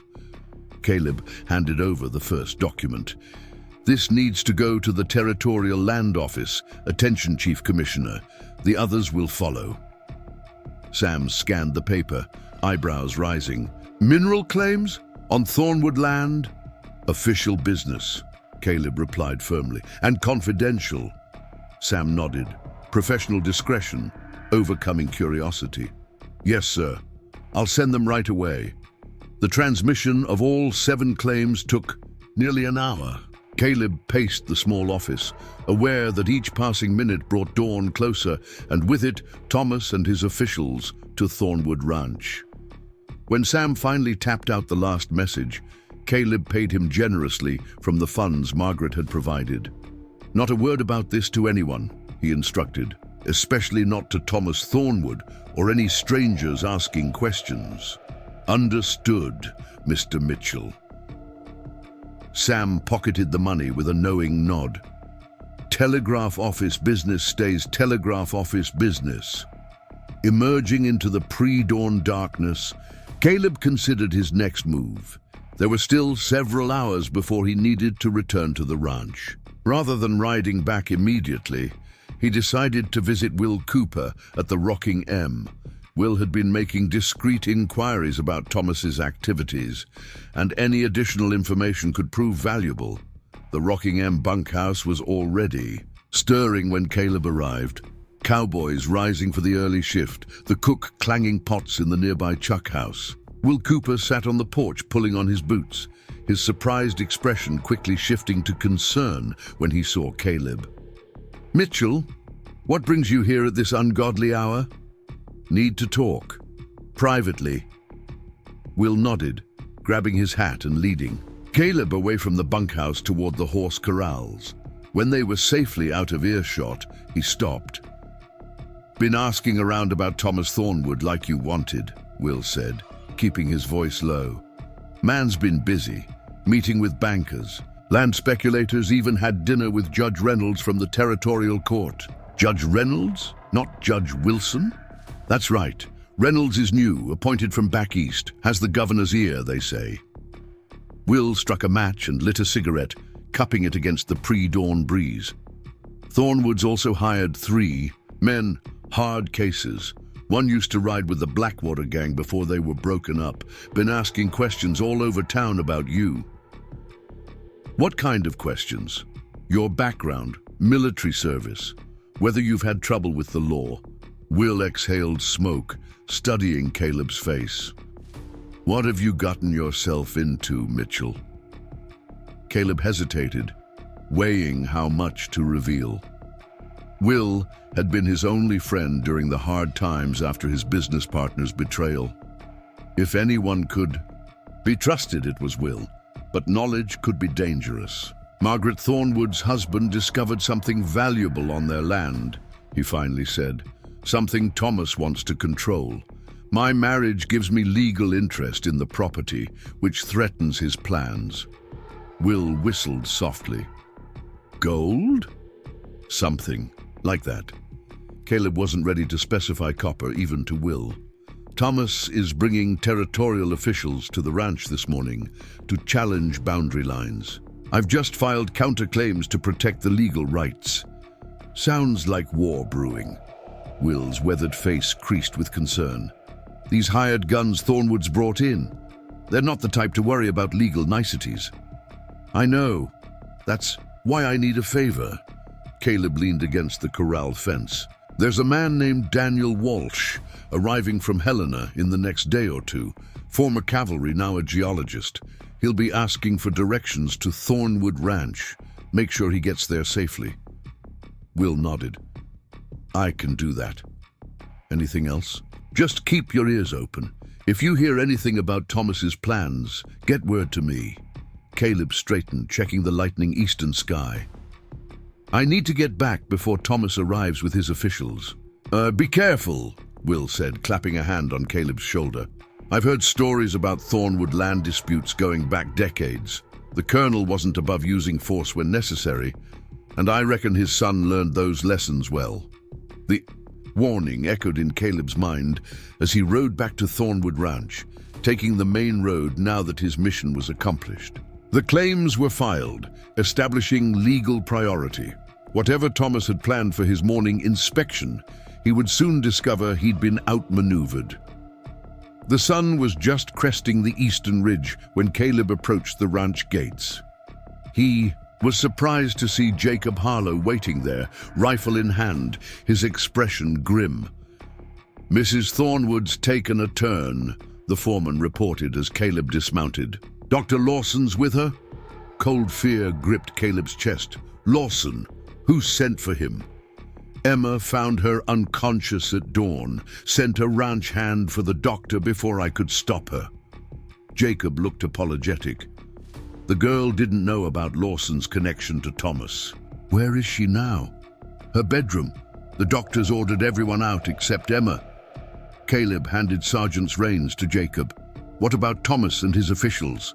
"No sign yet, but it's early still. Post men at the gates. No one enters. Without my explicit permission." Caleb checked his pocket watch. Nearly 7. "I'll deal with Lawson." He strode toward the house, tension radiating through every muscle. The timing of Margaret's collapse was suspiciously convenient, just as they'd taken steps to secure the copper claims. And now Thomas's ally was alone with her, potentially able to administer whatever treatments might serve Thomas's interests. The main house was unnaturally quiet as Caleb entered. He took the stairs 2 at a time, moving swiftly down the hallway to Margaret's bedroom suite. The outer door was closed. He knocked once, then entered without waiting for a response. "Doctor." Lawson stood beside Margaret's bed, a syringe in hand. Emma hovered nearby, her young face creased with worry. Margaret lay still against white pillows, her complexion ashen, eyes closed. "What are you giving her?" Caleb demanded, crossing the room in 3 strides. Lawson turned, startled. "Mr. Mitchell, this is digitalis, a standard treatment for heart conditions. Mrs. Thornwood has had a severe episode. She gets treatment from Dr. Bennett in Silver Creek now." Caleb positioned himself between the doctor and Margaret. "Put the syringe down." "This is absurd," Lawson protested, though he lowered the syringe. "Your wife needs immediate attention. Her heart is failing." "Emma," Caleb said without taking his eyes off Lawson, "go to the study. In the right desk drawer, you'll find Mrs. Thornwood's blue medicine bottle. Bring it here now." The girl hurried from the room. Lawson's expression darkened. "You're interfering with medical treatment," he said. "Mrs. Thornwood could die without proper care. And you could hasten that along with whatever's in that syringe." Caleb held out his hand. "Give it to me." For a moment, Lawson seemed to consider refusing. Then he placed the syringe in Caleb's palm with evident reluctance. "This decision may kill her," the doctor warned. "That's a risk I'll take, given your friendship with Thomas Thornwood." Surprise flickered across Lawson's face before he composed. His features. "I don't know what you're implying." "I think you do." Caleb pocketed the syringe. "Your services are no longer required, Doctor. I've sent for Dr. Bennett. She won't survive until he arrives from Silver Creek. Then you'd better pray you're wrong." Caleb moved to the bedroom door, opening it with clear intent. "Good day, Doctor." Lawson gathered his medical bag, face flushed with anger. "You're making a grave mistake. Not the first. Probably not the last." Caleb replied evenly. "Jacob will see you out." When the doctor had departed, Caleb moved to Margaret's bedside. Her breathing was shallow, face drawn with pain even in unconsciousness. He took her hand gently. It felt cold, the pulse in her wrist weak and erratic. Emma returned with the blue bottle. "Here it is, Mr. Mitchell. She takes one with water when the pain is bad." "Thank you, Emma. Could you bring fresh water, please?" When they were alone, Caleb carefully roused Margaret, supporting her head as he helped her take the medication. Her eyes fluttered open briefly, recognition dawning. Caleb she whispered. "The claims filed," he assured her. "All 7 before dawn. They're registered in Helena by now." A faint smile touched her lips before she winced with pain. "Good, Thomas will be surprised." "Save your strength," Caleb urged, easing her back against the pillows. "Dr. Bennett is coming." "Too late for doctors," Margaret murmured, her voice barely audible. "Listen carefully, in the safe. Behind the Colonel's portrait in the study, everything you need. Legal papers, maps, his journals." Her fingers tightened weakly around his. "Promise me.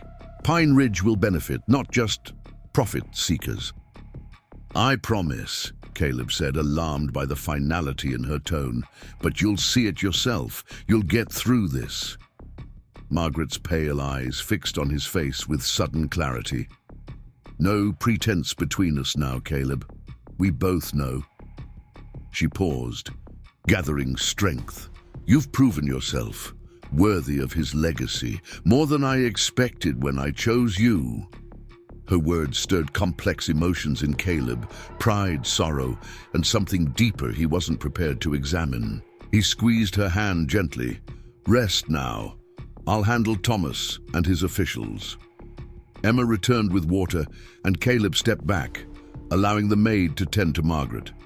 He needed to prepare for the coming confrontation, but found himself reluctant to leave Margaret's side. Whatever their arrangement had begun as, he now felt genuinely protective of this formidable woman. "Stay with her," he instructed Emma. "Send for me immediately if there's any change." The grandfather clock in the hallway struck 8 as Caleb descended the stairs. 1 hour until Thomas was due to arrive with his territorial officials. He needed to review the legal paperwork, understand exactly what had been filed in Helena, and present a united front. He found Judge Wilson in the parlor, accepting coffee from the housekeeper. The elderly jurist looked weary after the late night, but determined. "How is Margaret?" he asked as Caleb entered. "Weak, but conscious. Lawson tried to administer an injection. I sent him away." The judge nodded approvingly. "Wise. Never did trust that man. Too eager to please wealth and power." He sipped his coffee. "I've been thinking about your legal position. The mineral claims we filed will establish priority, but Thomas will challenge the underlying boundary surveys. Can he succeed? Possibly. The original Thornwood surveys were creative in places." The judge set down his cup. "However, there's a principle in territorial law called adverse possession.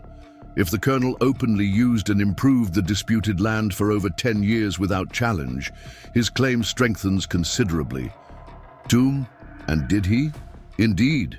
Built fences, water improvements, grazing infrastructure. The judge smiled slightly.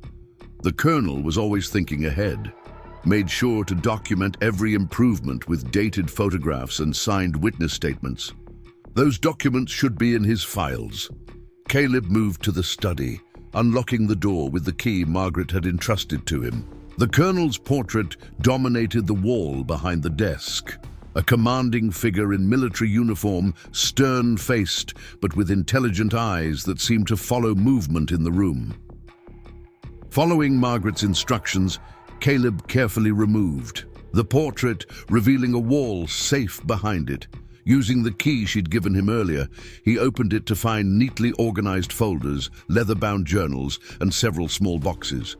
He removed everything, arranging it on the desk for review. The documentation was comprehensive. Original land purchases, survey maps, improvement records, water rights certificates, and detailed notes on the copper discoveries. The colonel had been methodical, anticipating potential challenges and preparing countermeasures years in advance. Most significant was a leather portfolio labeled North Section Mineral Rights, containing multiple geological assessments, assay reports from samples secretly sent to Denver, and preliminary development plans. The colonel had envisioned not just a mining operation, but an entire community. Housing for workers, schools, medical facilities, even a profit-sharing structure that would benefit Pine Ridge. This wasn't mere wealth accumulation. It was a vision for regional development that could transform the struggling town into a prosperous community. As Caleb absorbed this information, a commotion outside drew his attention. Through the study window, he saw riders approaching. Thomas Thornwood, accompanied by 3 men right on schedule. Jacob Harlow met them at the front gate, rifle visible but not threatening. Caleb gathered the most critical documents and rejoined Judge Wilson in the parlor. "They're here. Let me do the talking initially. I want to see what legal pretext Thomas is using before we reveal our position." The judge nodded agreement. "Remember, possession is 9/10 of the law in the territories. You're the legal occupant through marriage. Stand your ground." Thomas Thornwood entered the house like he already owned it, striding into the parlor without waiting for invitation. He was impeccably dressed in a tailored suit, projecting confidence and authority. Behind him came the 3 men from the previous night, Hayes from the Territorial Land Office, the younger bearded man, and the pockmarked enforcer type. "Mitchell," Thomas acknowledged with minimal courtesy. "Judge Wilson, I'm surprised to see you here at this hour." The judge. "It's a family friend," Caleb replied evenly. "Mrs. Thornwood is indisposed this morning. I'll be representing her interests." Thomas's expression betrayed momentary satisfaction at the news of Margaret's condition. "Nothing serious, I hope." "Your concern is noted," Caleb said dryly. "You mentioned an official inspection yesterday. May I see the documentation authorizing it?" Hayes stepped forward, producing an official-looking document. "This writ authorizes examination of property boundaries in dispute, specifically the northern section of Thornwood Ranch, where survey irregularities have been identified." Caleb examined the paper carefully. It was properly executed, signed by the Territorial Commissioner, though dated only yesterday, suggesting it had been rushed through channels. "And the nature of these alleged irregularities?" Caleb asked, maintaining a calm demeanor. The bearded younger man cleared his throat. "I'm Edward Simmons, legal counsel for Mr. Thornwood. Our research indicates that approximately 2,000 acres of the north section were improperly surveyed during expansion of the original Thornwood property. The boundary markers were placed incorrectly, incorporating land that was technically public domain." "Interesting theory," Caleb commented. "Based on what evidence?" "Original survey maps from 1866 compared with the expanded property lines." "Established in 1872, Simmons replied. "The discrepancies are quite clear." "I see." Caleb handed the documents back, then turned to Judge Wilson. "Judge, would you share your understanding of adverse possession in Montana Territory?" The elderly jurist straightened, assuming a formal judicial manner. "Certainly. Under territorial statute, open and notorious use of land for a period exceeding 10 years, with improvements made and taxes paid, establishes claim regardless of minor survey discrepancies. The Thornwood improvements to the north section, fencing, water development, grazing infrastructure, have been continuous since 1872, over 30 years of unchallenged use." Thomas's confident expression faltered slightly. "Adverse possession doesn't apply when the original claim involved misrepresentation. A serious accusation," Caleb noted. "Do you have evidence of deliberate misrepresentation by Colonel Thornwood?" Thomas glanced at his lawyer, who hesitated. "We have reason to believe the colonel knew the survey was incorrect." "Belief isn't evidence," Judge Wilson pointed out, "and challenging a 30-year-old survey would require compelling documentation." Caleb sensed the moment to press their advantage. "Gentlemen, I appreciate your concern for accurate property boundaries. However, there's another matter you should be aware of." He removed the telegraph receipt from his pocket. This morning, 7 mineral claims were filed with the Helena Land Office covering specific sites in the north section. Those claims were recorded at 6:45 a.m. today, establishing legal priority under territorial mining law. The reaction was immediate. Hayes blanched, Simmons looked stunned, and Thomas's face darkened with fury. "Impossible!" Thomas snapped. "You couldn't have known." He caught himself, but the slip was revealing. Thomas had indeed known about the copper deposits and had been planning to file his own claims once the boundary dispute gave him access. "Known what, Mr. Thornwood?" Caleb asked innocently. "That the north section contains valuable minerals." The Colonel documented his discoveries extensively. Mrs. Thornwood has continued that documentation, all legally filed as of this morning. Hayes recovered his composure first.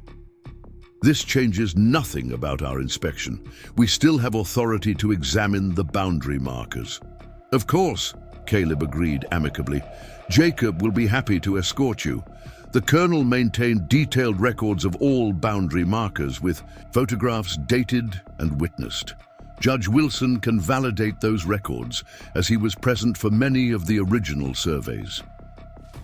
The inspection proceeded, but with noticeably less enthusiasm from Hayes and Simmons. The pockmarked man, who Thomas addressed as Miller, remained silent but watchful, his eyes constantly assessing Caleb with professional calculation. Thomas himself stayed behind when the others went to examine the boundaries, confronting Caleb. In the parlor with barely contained rage. "You think you've won," he said quietly, "filing claims, citing adverse possession, clever legal maneuvers." "Not maneuvers," Caleb corrected.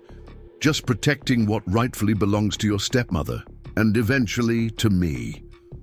Thomas moved closer, his voice dropping to ensure they wouldn't be overheard.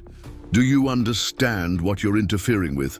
That copper deposit is worth millions. I have partners in Helena, investors ready to develop the largest mining operation in the territory.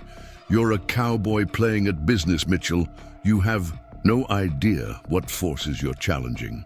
The Colonel seemed to have ideas about how that copper should be developed, Caleb replied. Ideas that didn't involve outside investors stripping the land and abandoning Pine Ridge once the ore was gone.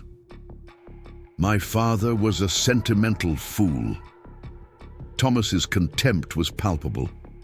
This territory wasn't built by sentimentality. It was built by men who took what they wanted and made something of it. Men like you. Men like me, Thomas agreed without shame. "My last offer still stands. Sell me the northern rights after she dies. Take your money and disappear. Otherwise..." He left the threat unfinished, but unmistakable. Caleb met his gaze steadily. "I think we're done here, Thornwood. Your officials can complete their inspection, file whatever report they want.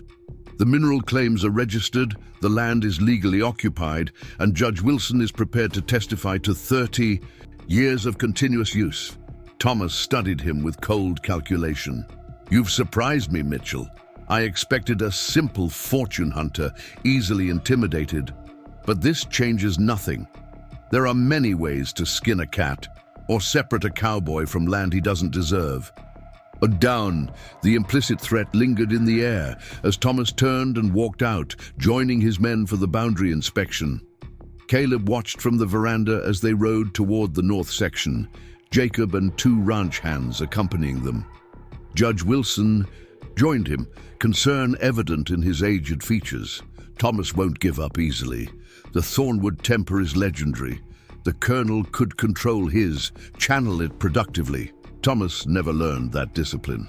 "What's our next move, legally speaking?" "Strengthen your position. When Daniel Walsh arrives, have him conduct a proper mineral survey, file additional documentation with the land office, and most importantly..." The judge hesitated, clearly uncomfortable with his next thought. "Prepare for Margaret's passing. Once she's gone, Thomas will escalate his efforts. Your legal standing comes through her." The brutal pragmatism of territorial law struck Caleb. anew. His position, his very safety, depended on the complex legal structure of his marriage to a dying woman. It was a cold calculation, yet Margaret herself had designed it that way. "I should check on her," Caleb said, suddenly anxious about Margaret's condition. "Will you stay until Thomas and his men leave the property?" "Of course." The judge settled into a chair. "And Caleb, I knew the colonel well, served with him briefly during the war. He would have approved of how you're handling this. Margaret chose better than she knew." The unexpected compliment stayed with Caleb as he climbed the stairs to Margaret's bedroom. Emma sat beside the bed, her young face drawn with worry. "She's been restless, sir," the maid reported quietly. "Talking in her sleep. Calling for the colonel sometimes." "Thank you, Emma. I'll sit with her now. Get some rest yourself." Margaret looked diminished against the pillows, her breathing labored, skin waxy with illness. Caleb took the chair beside her bed, gently covering her hand with his. At his touch, her eyes fluttered open, taking a moment to focus on his face. "Thomas came," she whispered, her voice threadbare. "Yes, with officials to challenge the boundaries. We were prepared. Judge Wilson cited adverse possession, and I informed them of the mineral claims filed this morning." A ghost of satisfaction crossed her features. "Good. Thomas always underestimates opponents." "He threatened me," Caleb admitted. "Implied there are other ways to separate me from the land." "Of course he did." Margaret attempted to sit up but lacked the strength. Caleb carefully arranged pillows to support her. "Thomas doesn't accept defeat. Be vigilant. The safe. Did you find it?" "Yes. All the colonel's documentation is secure." She nodded, apparently satisfied. "There's something else I need to tell you. Something not in those papers." Caleb leaned closer to hear her weakening voice. The colonel had a partner early on, man named Hollister. They discovered the copper together, but disagreed about development. Hollister wanted immediate profit. The colonel wanted sustainable growth. She paused, gathering strength. They quarreled. Hollister threatened to expose the find publicly. There was a fight. Understanding dawned. The colonel killed him. Margaret's eyes held his, unflinching. Self-defense, but yes. Buried him in the North Canyon where the richest deposits are. No one ever knew. Hollister was a drifter, no family, but there may be old papers, evidence of their partnership, if Thomas found those. The implication was clear. Thomas could challenge the entire ownership, claiming his father had essentially stolen the discovery from a murdered partner. Is there proof of this partnership? Nothing official. Hollister kept a journal. The colonel took it afterward. It should be with his papers. Caleb thought of the numerous journals in the safe, which he hadn't yet had time to examine thoroughly. "I'll find it. Destroy it," Margaret instructed, her voice suddenly stronger with urgency. "The past is past. What matters is what happens to Pine Ridge now." The request gave Caleb pause. Destroying evidence went against his nature, but he understood the stakes. The colonel's vision for developing the copper responsibly could transform Pine Ridge from a dying frontier town into a thriving community. Thomas and his investors would extract maximum profit with minimal concern for sustainability. "I understand," he said finally. Margaret studied his face, seeming to read his hesitation. "You're an honorable man, Caleb." The colonel was too, despite his mistakes. Sometimes honor means difficult choices. Before Caleb could respond, a commotion erupted downstairs, raised voices, the sound of boots on hardwood floors. He rose quickly. "Stay here, I'll handle this." In the main hallway, he found Jacob Harlow in heated argument with Thomas and his men. The territorial officials looked uncomfortable, but Miller, the pockmarked enforcer, had his hand resting meaningfully on his holstered pistol. "What's happening?" Caleb demanded, descending the stairs. Jacob turned, face flushed with anger. Mr. Thornwood insists on inspecting the house itself, claiming there might be evidence of survey tampering in the Colonel's papers. That's outside the scope of your inspection authorization, Caleb pointed out. The writ specifies boundary markers only. Hayes shifted uncomfortably.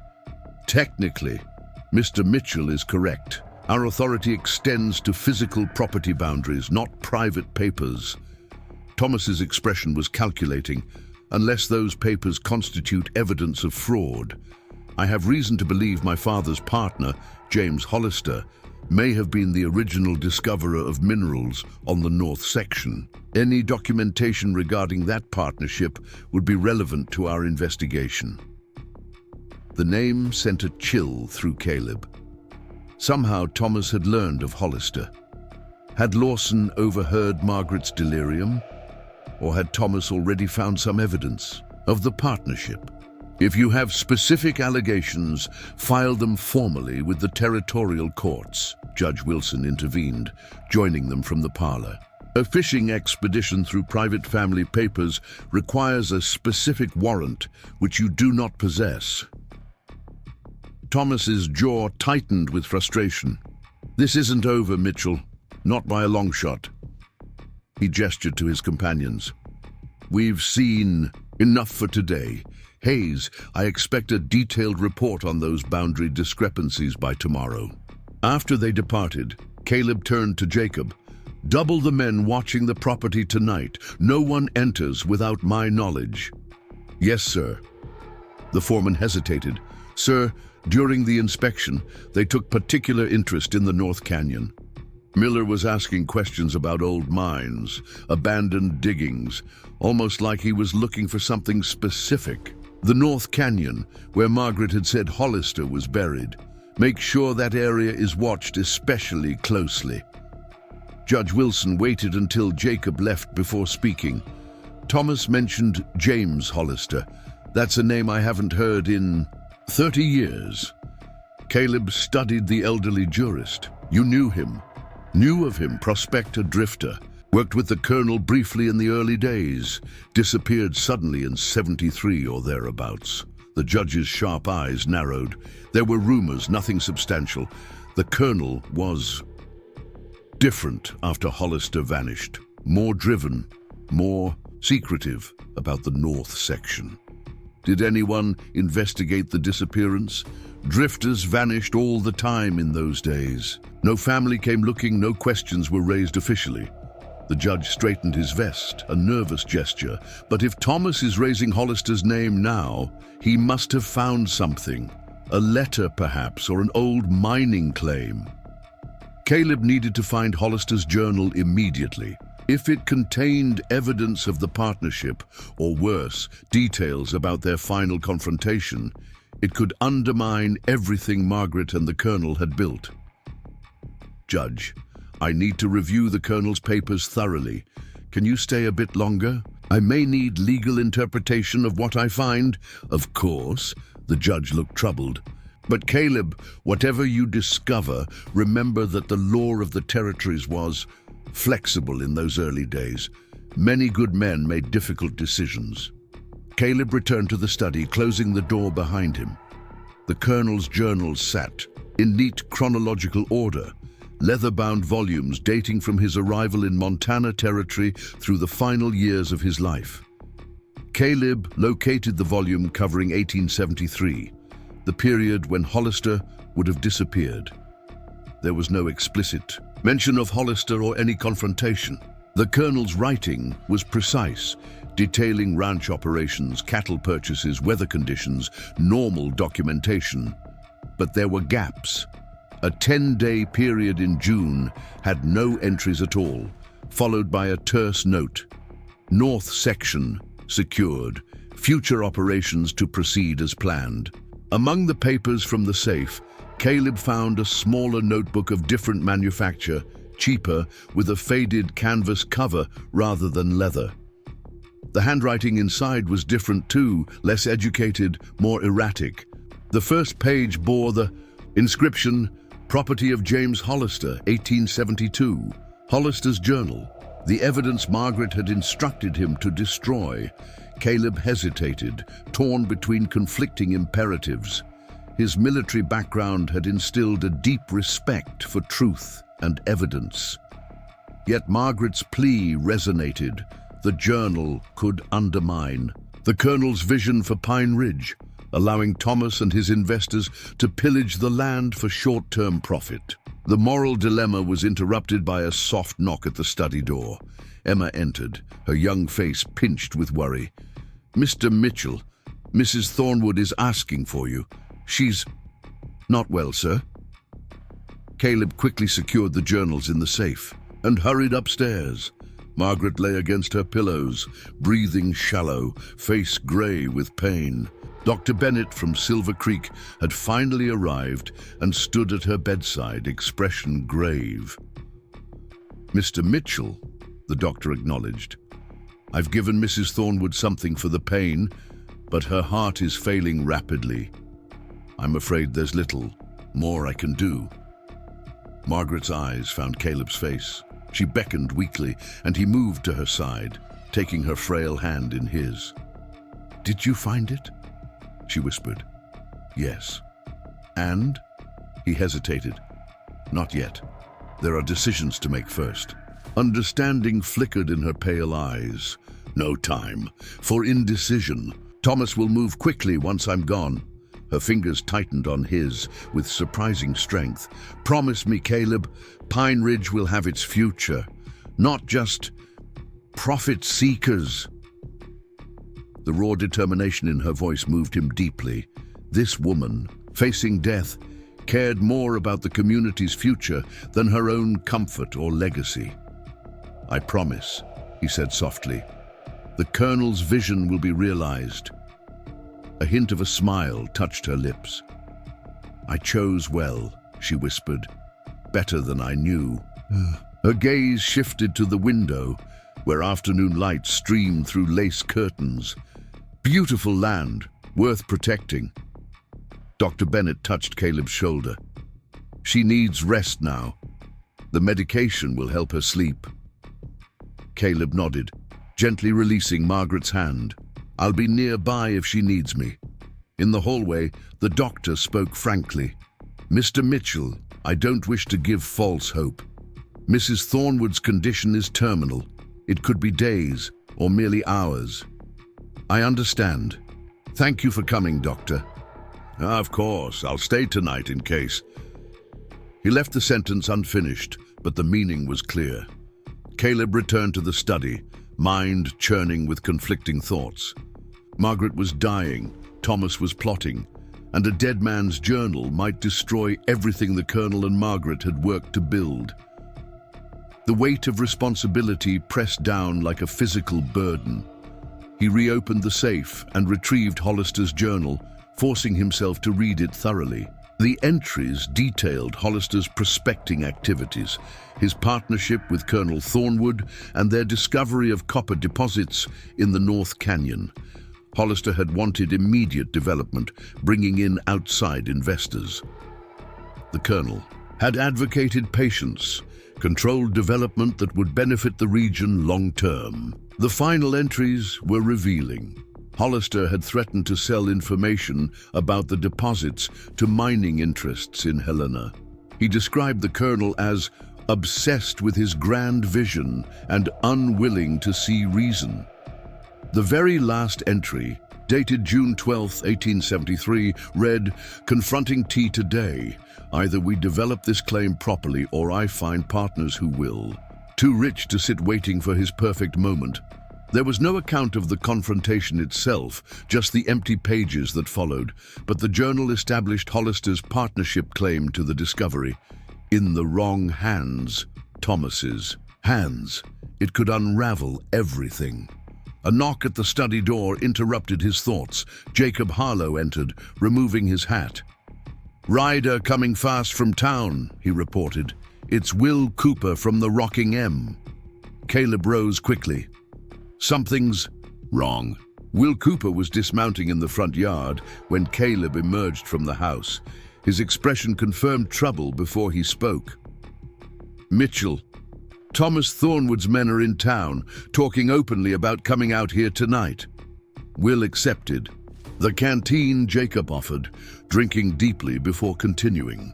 They're drunk, armed, and saying they're going to search the property for evidence of some old mining claim. How many? Miller and 4 others I've never seen before. Rough types. Will handed back the canteen. There's more. Your friend. Walsh arrived on the afternoon stage. Thomas's men intercepted him, took him to the hotel. They're not letting him leave. Daniel Walsh, the geologist whose expertise they needed to properly assess the copper deposits. Thomas was moving faster than anticipated, eliminating their potential allies. Thanks for the warning, Caleb said. You should head back to Rocking. Indeed, this isn't your fight.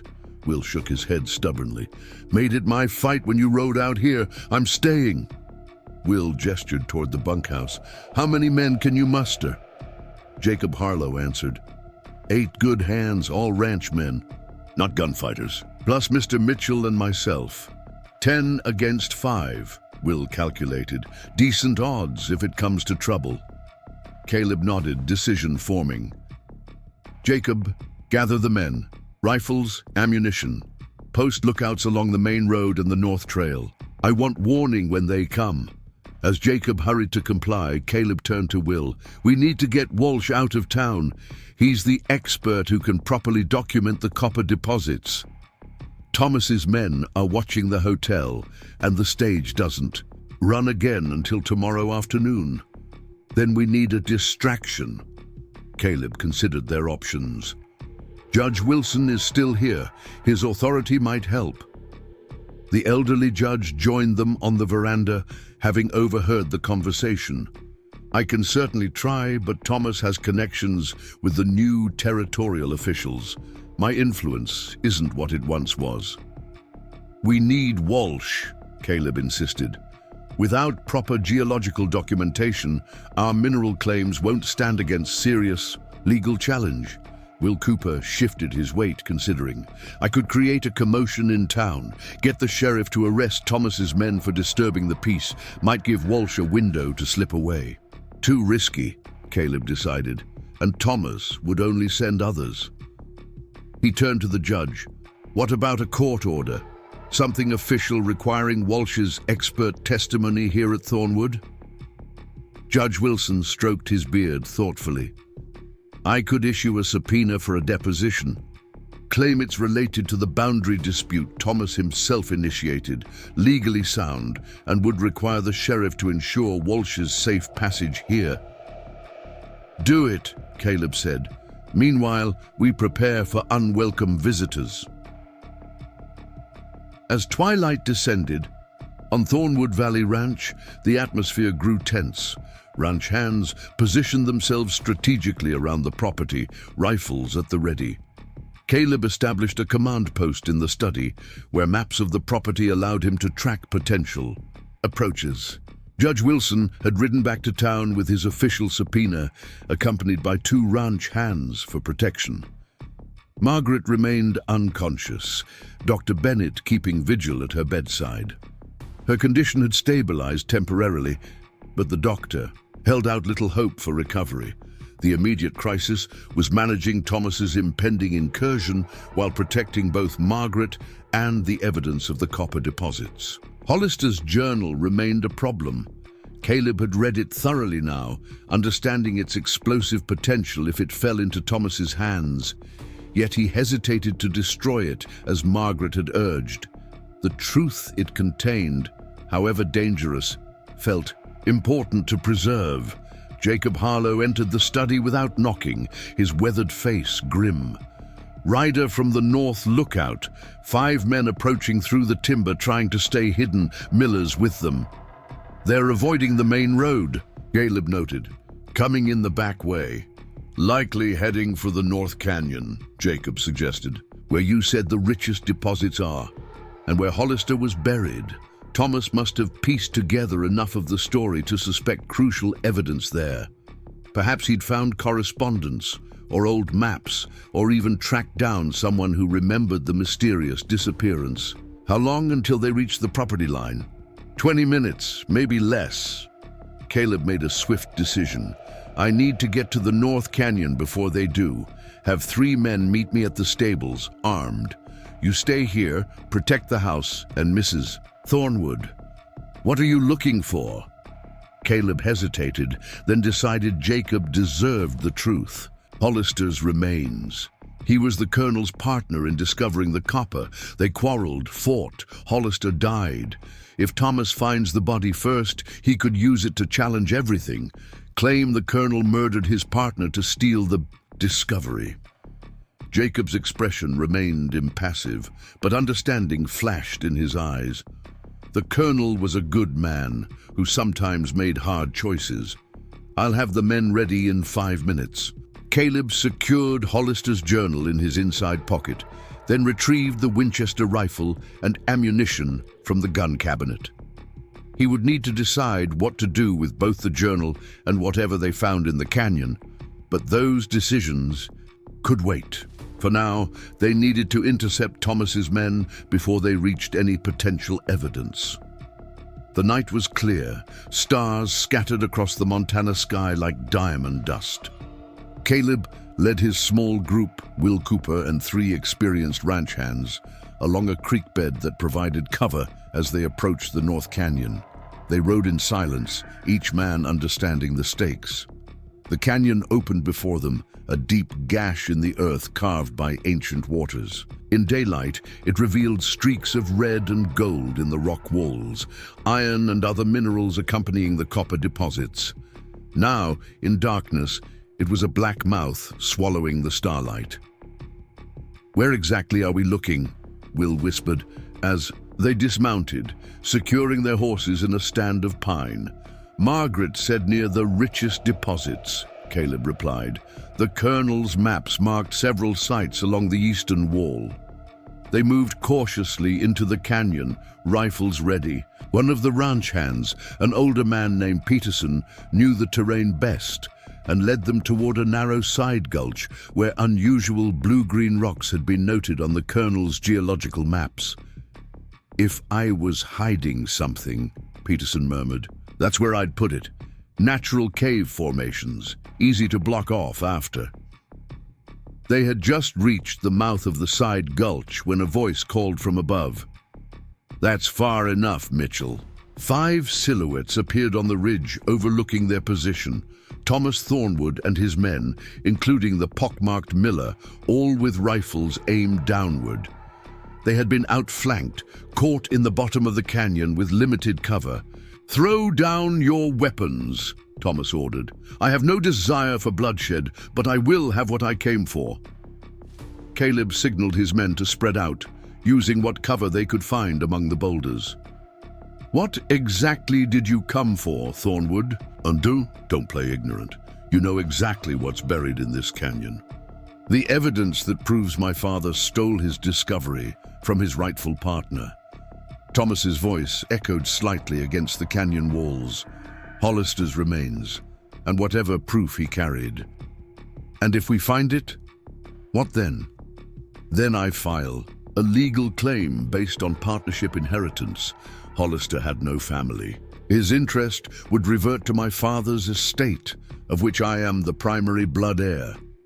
Thomas moved along the ridge, keeping his rifle trained downward. "The courts will invalidate your mineral filings once they learn they're based on a murdered man's discovery." So that was his strategy, not to deny the copper's existence, but to claim rightful ownership through Hollister's partnership with the colonel. It was clever, potentially effective if he found the right evidence. "Your father had a vision for this land," Caleb called, playing for time while assessing escape routes. "Responsible development that would benefit Pine Ridge, not just outside. Investors."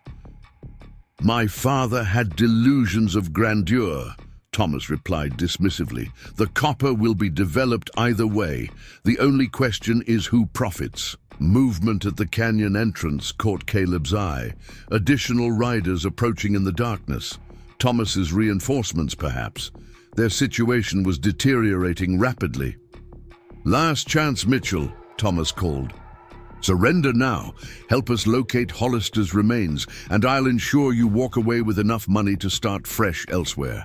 Fight, and this ends badly for everyone." Caleb exchanged glances with Will, who gave a slight nod, ready to follow.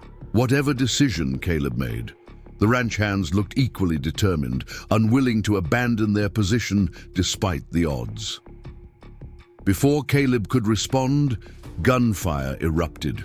Not from Thomas's position, but from the new arrivals at the canyon entrance. Thomas and his men dove for cover as bullets struck the ridge around them. "Mitchell!" a familiar voice shouted. "This way!"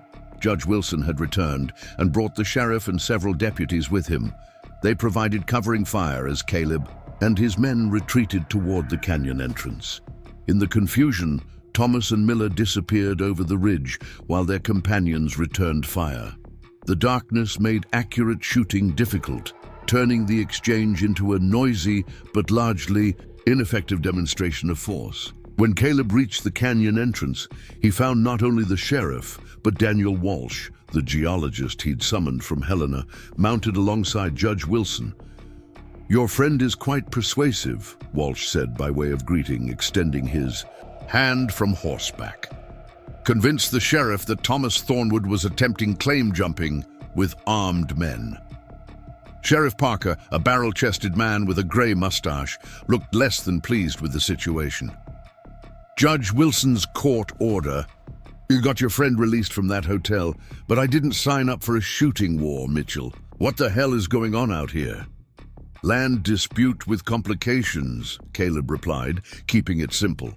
"Thomas believes there's evidence in this canyon that would support his claim to mineral rights on Thornwood property." "And is there?" Caleb hesitated, aware that his answer could have legal ramifications.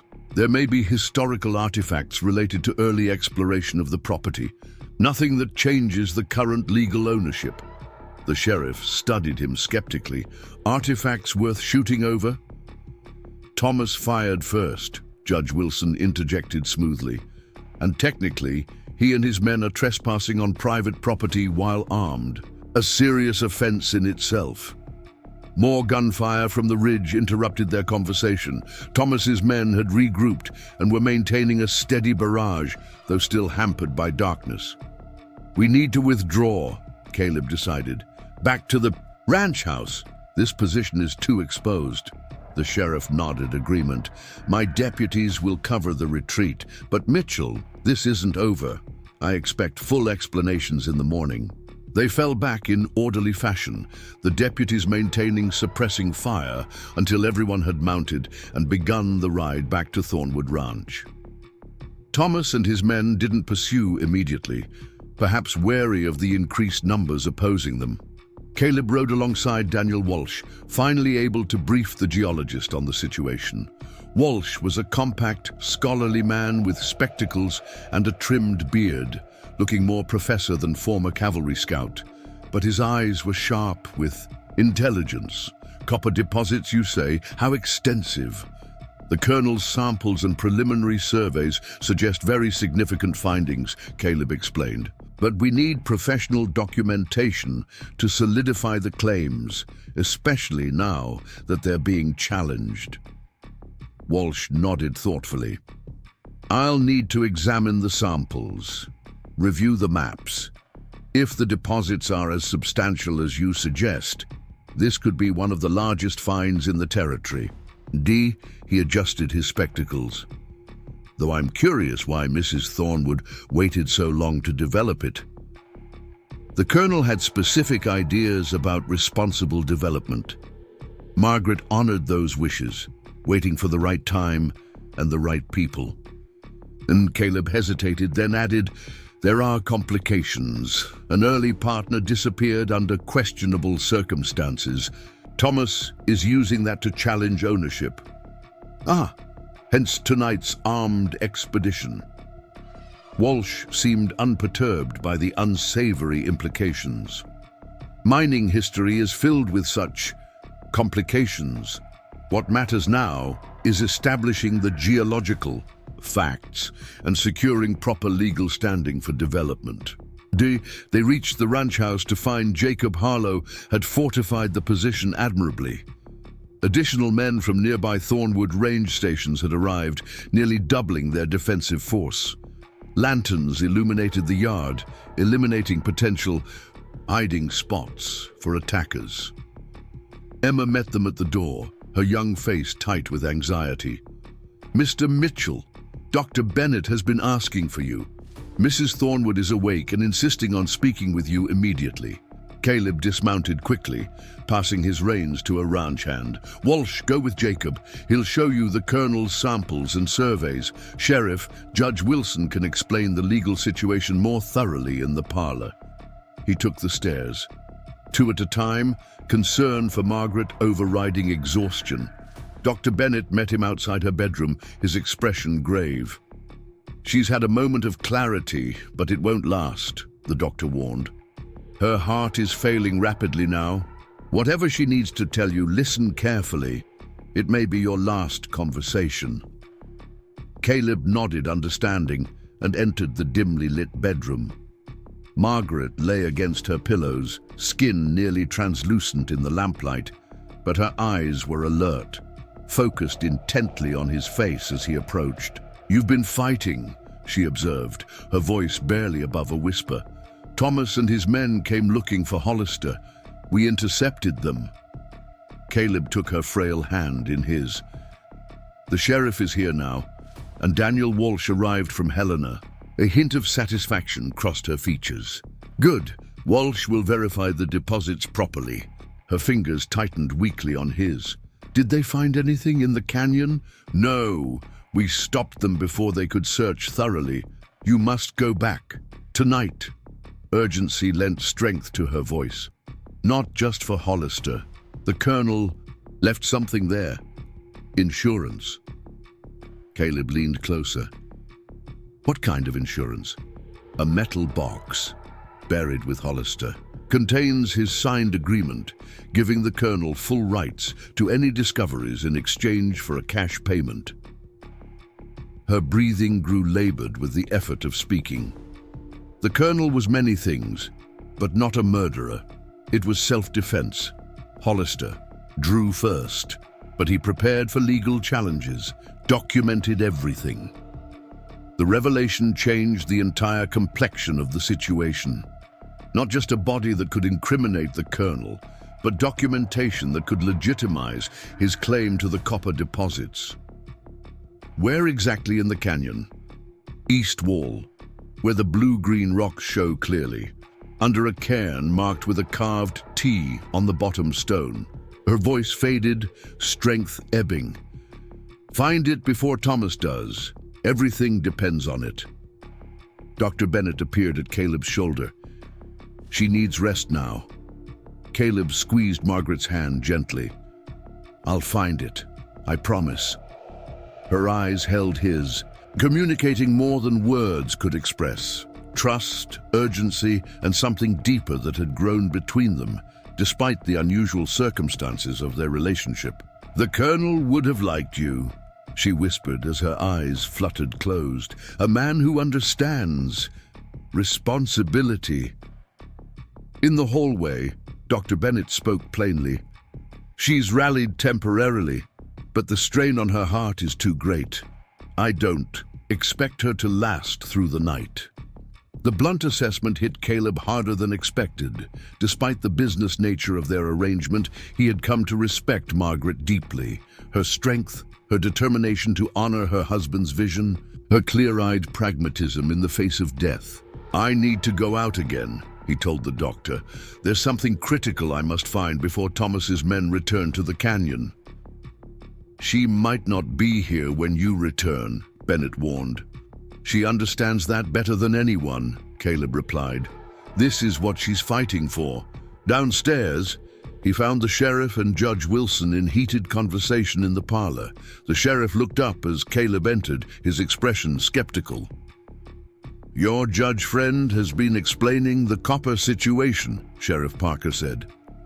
"Convenient that these deposits were kept secret until now."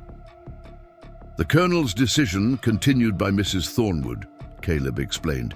They feared exactly what's happening, outside interests trying to seize control through legal maneuvering rather than legitimate purchase.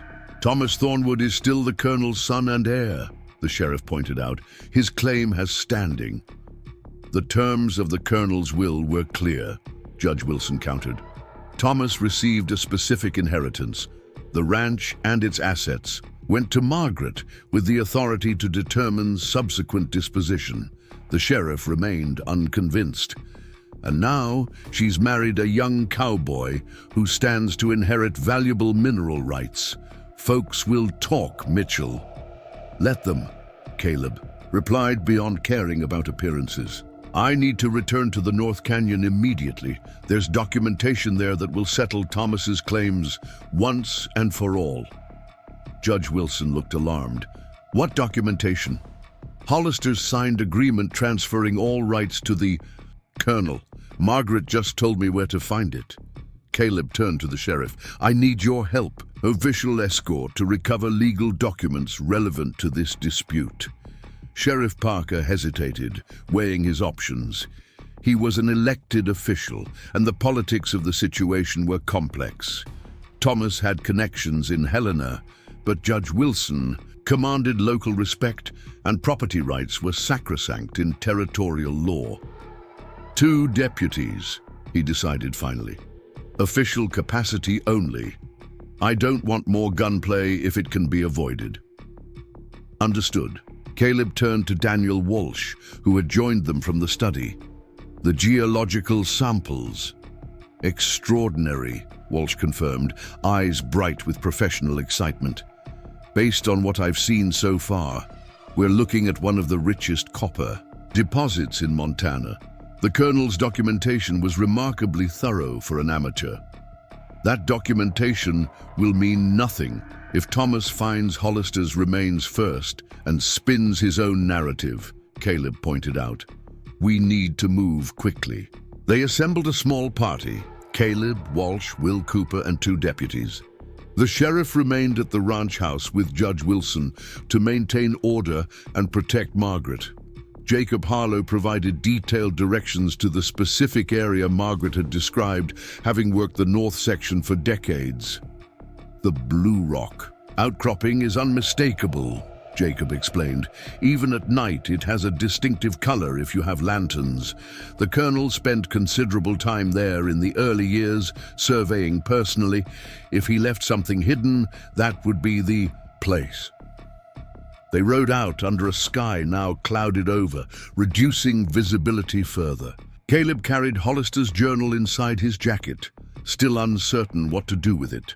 The document was both dangerous evidence and potentially valuable context for whatever they might find buried with Hollister's remains.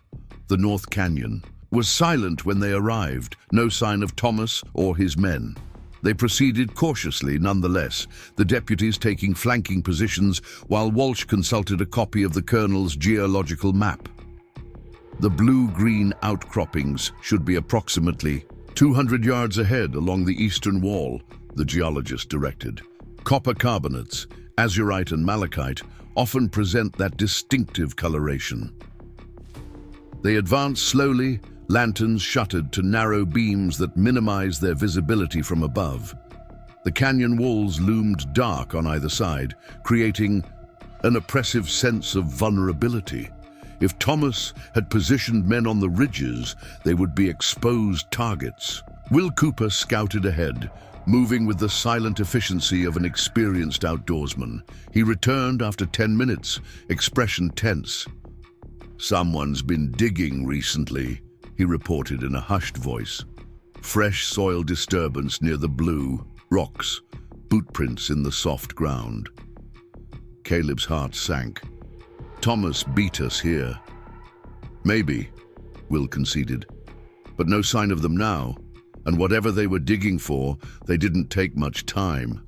The hole's not deep. They proceeded to the site, where the distinctive blue-green coloration of copper minerals was indeed visible even in the limited lantern light. A shallow pit had been dug at the base of the outcropping, but it appeared hastily abandoned. They were searching in the wrong spot, Walsh observed, examining the disturbed earth. "Unless I miss my guess, they heard us coming earlier and withdrew. Before completing their excavation." Caleb scanned the area, looking for the cairn Margaret had described. The eastern wall featured numerous rockfalls and natural stone piles, any of which might conceal what they sought. "Spread out," he instructed. "Look for stacked stones, anything that appears deliberately placed rather than natural. And check the bottom stones for a carved T." They worked methodically, the deputies maintaining watch while Caleb, Will, and Walsh examined stone piles along the eastern wall. It was Walsh who finally called out, his voice tight with excitement. "Here! Definitely man-made and—" He crouched, shifting a stone carefully. "Yes, there's a marking. Could be a T or perhaps a cross." They gathered around the cairn, a neat stack of flat stones that seemed unremarkable until closely examined. The bottom stone indeed bore a roughly carved symbol that could be interpreted as either letter or religious marker. "This is it," Caleb decided. "Carefully now, we need to document exactly how it's arranged before disturbing anything." Walsh, with his scientific training, sketched the cairn's configuration while Caleb and Will prepared digging tools. The deputies maintained vigilant watch, rifles ready as they scanned the ridgelines for movement. Removing the cairn stones revealed harder packed earth beneath, clearly undisturbed for decades. They dug carefully, aware that what they sought might be buried deep to prevent accidental discovery. 3 feet down, Will's shovel struck something solid. "Got something here." They cleared the area with increased care, revealing human remains. A.E. skeleton still partially clothed in the remnants of era-appropriate garments. Near where the right hand would have been lay a rusted revolver, hammer cocked but unfired. "Hollister," Caleb confirmed grimly. The colonel said he drew first. Walsh examined the skeleton with clinical detachment. "Shot through the chest, based on the damage to these ribs. Single bullet, most likely." They continued excavating around the remains, searching for the metal box Margaret had described. Will found it positioned beneath the ribcage, a small iron container sealed with what appeared to be wax around the lid to protect the contents. "And from moisture. Should we open it here?" Will asked, brushing dirt from the container. "No," Caleb decided. "We document the site completely, then take everything back to the ranch. The sheriff needs to witness the opening officially to give the contents legal standing." Walsh nodded approval. "Wise. Chain of evidence is crucial if these documents will be used in court proceedings." They worked efficiently, Walsh photographing the excavation using a small camera he'd brought from Helena, while Caleb and Will carefully removed the metal box and gathered Hollister's remains for proper burial. The deputies maintained their vigilant watch, but Thomas and his men never appeared. "They must have gone back to town," one deputy suggested. "Regroup, get reinforcements maybe." "Or they found what they were looking for elsewhere," Caleb worried. The absence of opposition was concerning rather than reassuring. Thomas wasn't the type to abandon his objective without good reason. Dawn was breaking as they returned to Thornwood Ranch, grey lights spreading across the eastern hills. The main house stood silent, windows dark, except for the soft glow from Margaret's bedroom. Dr. Bennett met them at the door, his face confirming what Caleb already feared.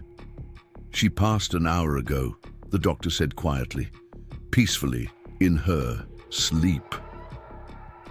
Despite having expected this news, Caleb felt the loss acutely. Margaret Thornwood had entered his life as an employer, offering a business proposition. She departed having entrusted him with something far more significant, a vision for land she loved and a community she hoped to transform. "Did she say anything at the end?" he asked. Dr. Bennett shook his head. "She was unconscious after you left. The strain of your earlier conversation exhausted her remaining strength."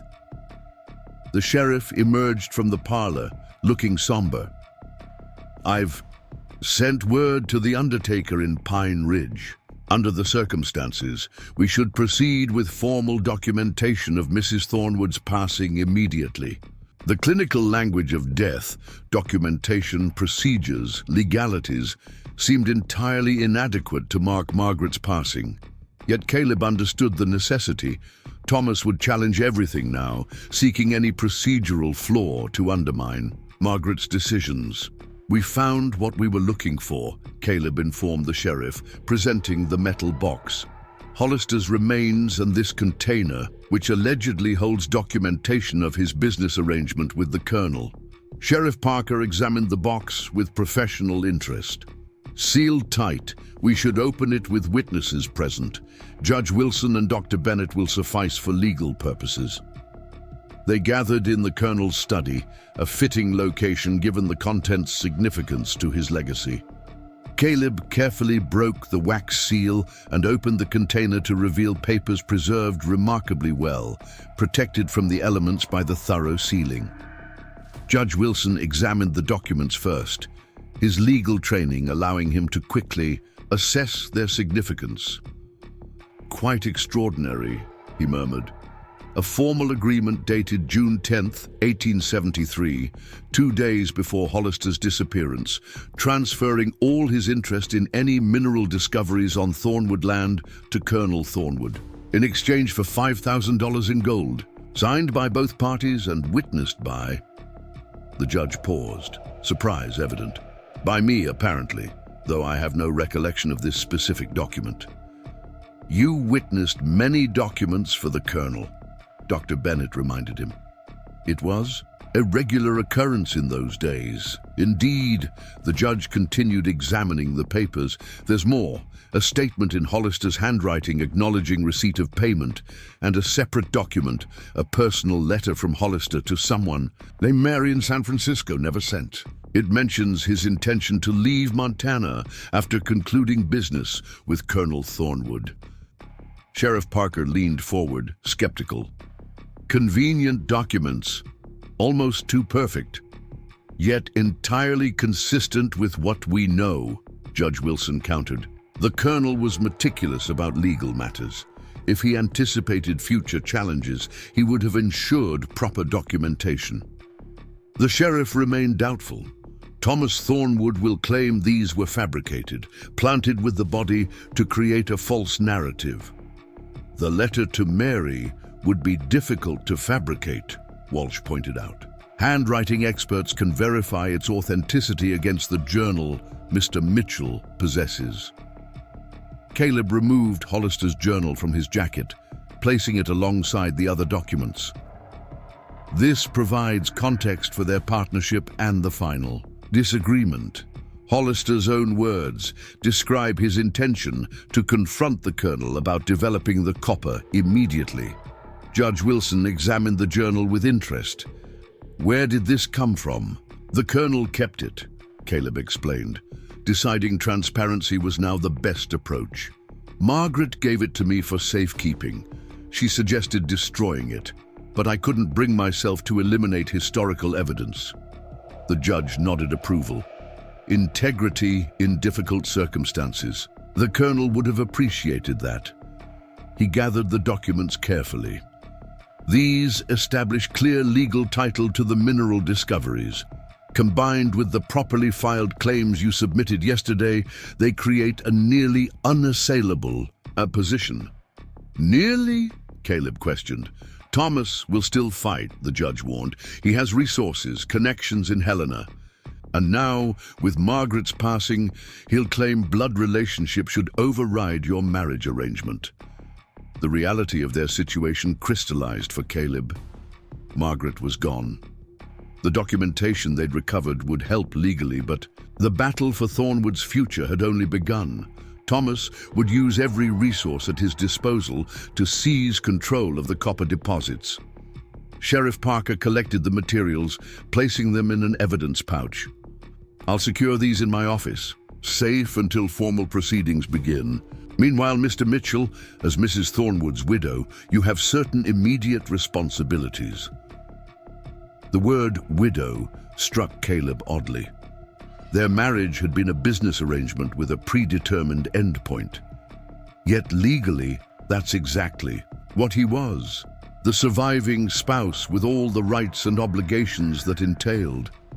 Funeral arrangements, Caleb acknowledged, and notification of her passing to the territorial authorities, and preparation for the challenges that will follow, Judge Wilson added gravely. Thomas will move quickly now. As if summoned by the mention of his name, hoofbeats sounded in the yard, multiple riders approaching at speed. Sheriff Parker moved to the window, hand moving instinctively to his sidearm. "Speak of the devil," he muttered. "Thomas Thornwood with what looks like the territorial marshal and several deputies." Caleb joined him at the window. Thomas sat astride his horse, looking grimly triumphant, flanked by an official-looking man wearing a marshal's badge and 4 armed deputies. Behind them rolled a wagon bearing an ominous cargo, a flag-draped coffin. "What is this?" Caleb demanded. The sheriff's expression darkened. "Trouble. That's Marshal Reynolds. Thomas must have ridden through the night to Helena to bring him back." Caleb turned to Judge Wilson. "What authority does the territorial marshal have here?" "Considerable," the judge admitted reluctantly. "He can override local sheriff's jurisdiction in matters affecting territorial interests." He peered through the window, frowning deeply. "That coffin concerns me greatly." Caleb's mind raced through possibilities. Had Thomas found another body? Some evidence they had overlooked? The timing was too perfect to be coincidence, arriving just hours after Margaret's death with official territorial authority in tow. "We face this directly," Caleb decided. "Sheriff, Dr. Bennett, Judge Wilson, your presence as witnesses is crucial.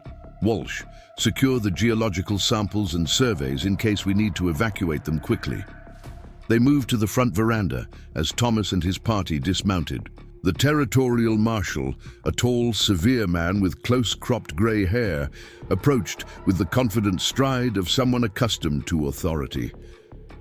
"Sheriff Parker," he acknowledged curtly. "Judge Wilson, I'm Marshal Reynolds, Territorial Authority. I have orders from the governor himself regarding Thornwood property and a pending investigation." Sheriff Parker stepped forward, maintaining jurisdictional dignity. "What investigation would that be, Marshal, and why the armed escort?" "Grave robbery and evidence tampering," Thomas interjected before the Marshal could answer. His face showed exhaustion from the night ride, but gleamed with vindictive satisfaction. Plus, suspected murder. "Serious allegations," Judge Wilson noted calmly. "Based on what evidence?" Marshal Reynolds produced an official document. "Based on the sworn statement of Thomas Thornwood regarding his father's former partner, James Hollister, whose remains we have reason to believe were disturbed recently from their resting place in the North Canyon of this property." Caleb struggled to maintain his composure. Thomas had outmaneuvered them somehow. But how had he known about Hollister's burial location if he and his men had withdrawn before completing their search? "Marshal," Caleb said carefully, "Mrs. Margaret Thornwood passed away earlier this morning. As her legal husband, I request appropriate time for funeral arrangements before any investigation proceeds on Thornwood property." "Condolences on your loss, Mr. Mitchell," the marshal replied without warmth. "However, my orders are explicit. This property is now under territorial jurisdiction, pending resolution of criminal allegations and ownership disputes." Judge Wilson stepped forward, his elderly frame somehow imposing in its dignity. "Marshal, I must formally object. These proceedings appear irregular. Mrs. Thornwood's body is not yet cold, and her widower has legal rights that cannot be summarily dismissed." "Udum," the marshal hesitated, legal propriety warring with his orders. Thomas seized the momentary uncertainty, gesturing toward the wagon. "We've recovered James Hollister's remains," he announced loudly, ensuring all could hear. "Exhumed last night from the North Canyon, where my father buried him after their dispute. The territorial medical examiner has already confirmed the cause of death: gunshot wound to the chest." Caleb exchanged glances with Sheriff Parker, who looked equally confused.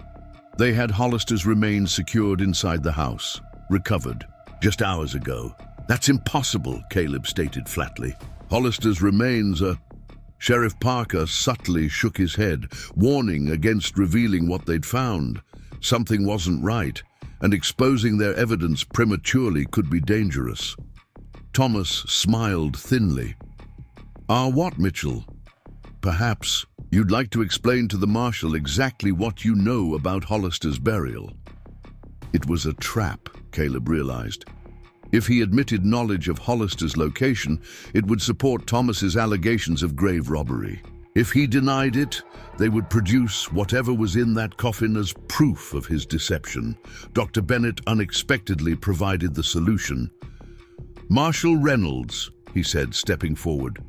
As Mrs. Thornwood's physician, I must insist on appropriate respect for the deceased. Territorial law grants a minimum 48-hour period before property disposition following a death. I believe Sheriff Parker will confirm this statute. The local sheriff nodded, grateful for the doctor's intervention. The doctor is correct. Marshal, even under territorial authority, certain local statutes regarding death proceedings must be observed. Marshal Reynolds frowned, clearly displeased with the delay, but unwilling to openly violate established law. Very well. A 48-hour stay of proceedings. The property remains under observation, with deputies posted to ensure no evidence leaves the premises. He fixed Caleb with a stern gaze, including all papers, samples, and records pertaining to Thornwood Holdings. Thomas could barely contain his frustration. Marshal, I must protest. Mitchell will use this time to destroy evidence or secure false documentation supporting his claims. Your concerns are noted, Mr. Thornwood, the marshal replied. My deputies will ensure nothing leaves this property. Meanwhile, the territorial medical examiner will proceed with examination of the remains we've recovered. After the marshal issued specific instructions to his deputies, the official party withdrew, leaving 2 armed men posted at the front and rear of the main house. Thomas lingered momentarily, approaching Caleb with cold determination. You've lost, Mitchell, he said quietly. Whatever you think you've accomplished, whatever documentation you believe protects you, it won't matter. I've secured witness. Testimony placing you at Hollister's burial site last night, engaged in unauthorized excavation. Your witness being? Thomas smiled. Dr. Lawson observed your party from the ridge. A respected medical professional's testimony carries significant weight. Caleb maintained a neutral expression despite his concern. Lawson hadn't been among Thomas's men during the confrontation in the canyon, but could have been positioned elsewhere, observing. 48 hours changes nothing, Thomas continued, except perhaps giving you time to consider my final offer. Sign over the mineral rights to me, testify that Margaret was confused in her final days, and I'll ensure you walk away with enough money to start fresh elsewhere. Fight, and you'll lose everything, possibly including your freedom. Without waiting for a response, Thomas mounted his horse and rode off, following the marshal's party toward town. Caleb turned to find Judge Wilson, Sheriff Parker, and Dr. Bennett watching him expectantly. We need to talk, Caleb said simply. Inside, away from those deputies' ears. In the colonel's study, with the door firmly closed, Caleb explained the situation fully. Their discovery of Hollister's actual remains, the metal box with its critical documentation, and the implications of Thomas producing a different body claimed to be Hollister. He's planted false evidence, Sheriff Parker concluded. But why? The territorial medical examiner will quickly determine if those remains are indeed decades old or more recently deceased. Unless the examiner is also compromised, Judge Wilson pointed out, Thomas has connections throughout the territorial government. If this examiner is a political appointee, Daniel Walsh, who had joined their council, offered another perspective. The real question is what happens to the copper claims during legal proceedings.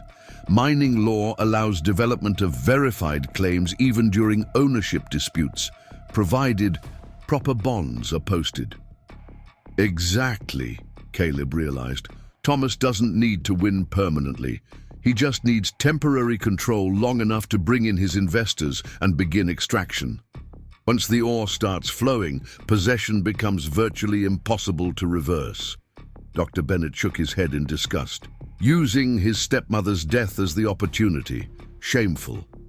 We need to establish the authenticity of our evidence before the 48 hours expire, Caleb decided. Judge, can you arrange for an independent examination of Hollister's journal and the documents we recovered? I have colleagues in Helena, honest men, beyond Thomas's influence, but getting the materials there will be difficult with the deputies watching the property. Sheriff Parker cleared his throat. As the local law enforcement authority, I could officially secure the evidence for safekeeping in my office. The Marshal's men would have no cause to interfere with official sheriff's business. And I can provide expert testimony regarding the geological samples, Walsh added. The Colonel's documentation is remarkably precise. I've already verified several key aspects of his surveys. A plan began taking shape, using legitimate legal channels to establish their evidence before Thomas could complete whatever scheme he had constructed. The 48-hour period might prove advantageous, giving them time to organize their defense properly rather than reacting to Thomas's accusations. There's one more thing, Caleb said, removing Hollister's journal from his jacket. Margaret wanted this destroyed, said it could damage the Colonel's reputation and jeopardize his vision for Pine Ridge. I kept it, believing the truth had value. He placed the journal on the desk. Now I'm not so sure. Judge Wilson picked up the journal, thumbing through it thoughtfully. Truth serves justice, generally speaking, but context matters enormously. He studied Caleb's face. What would you do with the copper, Mr. Mitchell, if you retain control? The question caught Caleb off guard. In the chaos of recent events, he'd had little time to consider his personal intentions beyond honoring Margaret's wishes. Develop it according to the Colonel's plan, he answered after a moment's reflection. Gradually, sustainably, with profit sharing, for Pine Ridge, not the quick extraction and abandonment Thomas's investors would implement. The judge nodded, seeming satisfied. Then perhaps some truths serve no purpose except to wound reputations and undermine worthy goals. He closed the journal. Historical context can be preserved without exposing every detail to those who would weaponize it. Throughout the day, they prepared their strategy. Sheriff Parker officially secured their evidence, documenting each item meticulously before transferring them to his office safe. Walsh compiled his geological assessments, providing expert verification of the Colonel's original surveys. Judge Wilson drafted legal briefings addressing the inheritance questions that would inevitably arise. Margaret's body was prepared for burial, a simple but dignified ceremony planned for the following day. Caleb found himself unexpectedly emotional. When selecting her burial clothes, the business arrangement that had brought them together had evolved into something more complex. Not love, perhaps, but certainly respect and shared purpose. As evening approached, Emma appeared at the study door, her young face troubled. "Mr. Mitchell, there's someone to see you, a woman. She says it's urgent and private." Curious, Caleb followed Emma to the kitchen, where a middle-aged woman in plain, dusty traveling clothes waited. Her face was weathered by sun and hardship, but her eyes were sharp and assessing. "Mary Hollister," she introduced herself simply. "James was my brother." The name struck Caleb like a physical blow. Hollister's sister, whom everyone believed non-existent, suddenly appeared at the most critical juncture. "How did you—" "Thomas Thornwood found me in Butte," she explained. Told me he'd discovered what happened to James after all these years. Offered money for my help. Her expression hardened. I don't want his money. I want the truth about my brother. Caleb studied her carefully, looking for signs of deception or manipulation. Thomas told you James was killed by Colonel Thornwood. He said there was a dispute over mining rights, that James was buried secretly to hide evidence of the crime. She met Caleb's gaze directly. He wanted me to sign papers, inheritance claims. I didn't, not until I heard all sides. Her unexpected integrity offered a glimmer of hope. We have your brother's journal, Caleb told her, and documents recovered with his remains. Letters, including one addressed to a Mary in San Francisco. Something flickered in Mary Hollister's eyes. Recognition, pain, or perhaps both. I lived in San Francisco then. James knew where to find me if...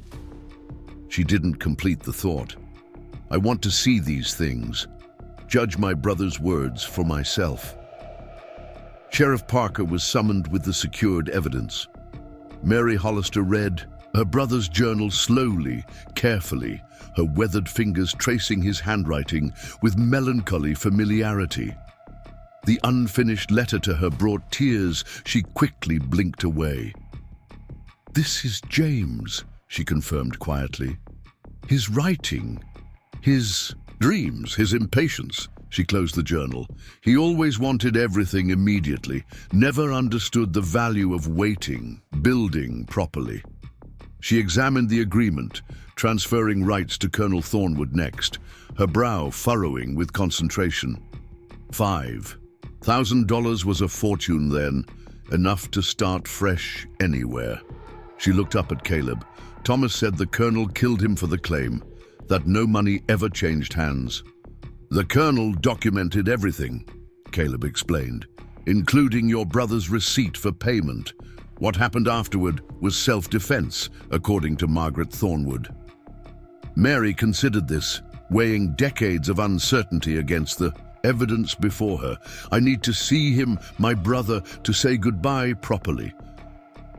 The request was reasonable but complicated by Thomas's false remains. Sheriff Parker explained the situation frankly. Thomas had produced a coffin, allegedly containing James Hollister, while they had recovered what they believed were the actual remains from the location described by Margaret. 2 bodies, both claimed to be my brother, Mary summarized with grim irony. I suppose I must see both to determine the truth. The following morning brought Margaret Thornwood's funeral, a simple service attended by ranch hands, Judge Wilson, Dr. Bennett, and a few longtime residents of Pine Ridge who had known her during her rare visits to town. Caleb stood alone at the graveside after others had departed, contemplating the strange journey that had brought him here. You chose well, he told her quietly. I'll see it through. Mary Hollister accompanied Sheriff Parker to examine the remains Thomas had presented. To the territorial medical examiner, her verdict was immediate and certain. This is not James, she declared. My brother had a distinctive malformation of his left hand, missing 2 fingers from a childhood accident.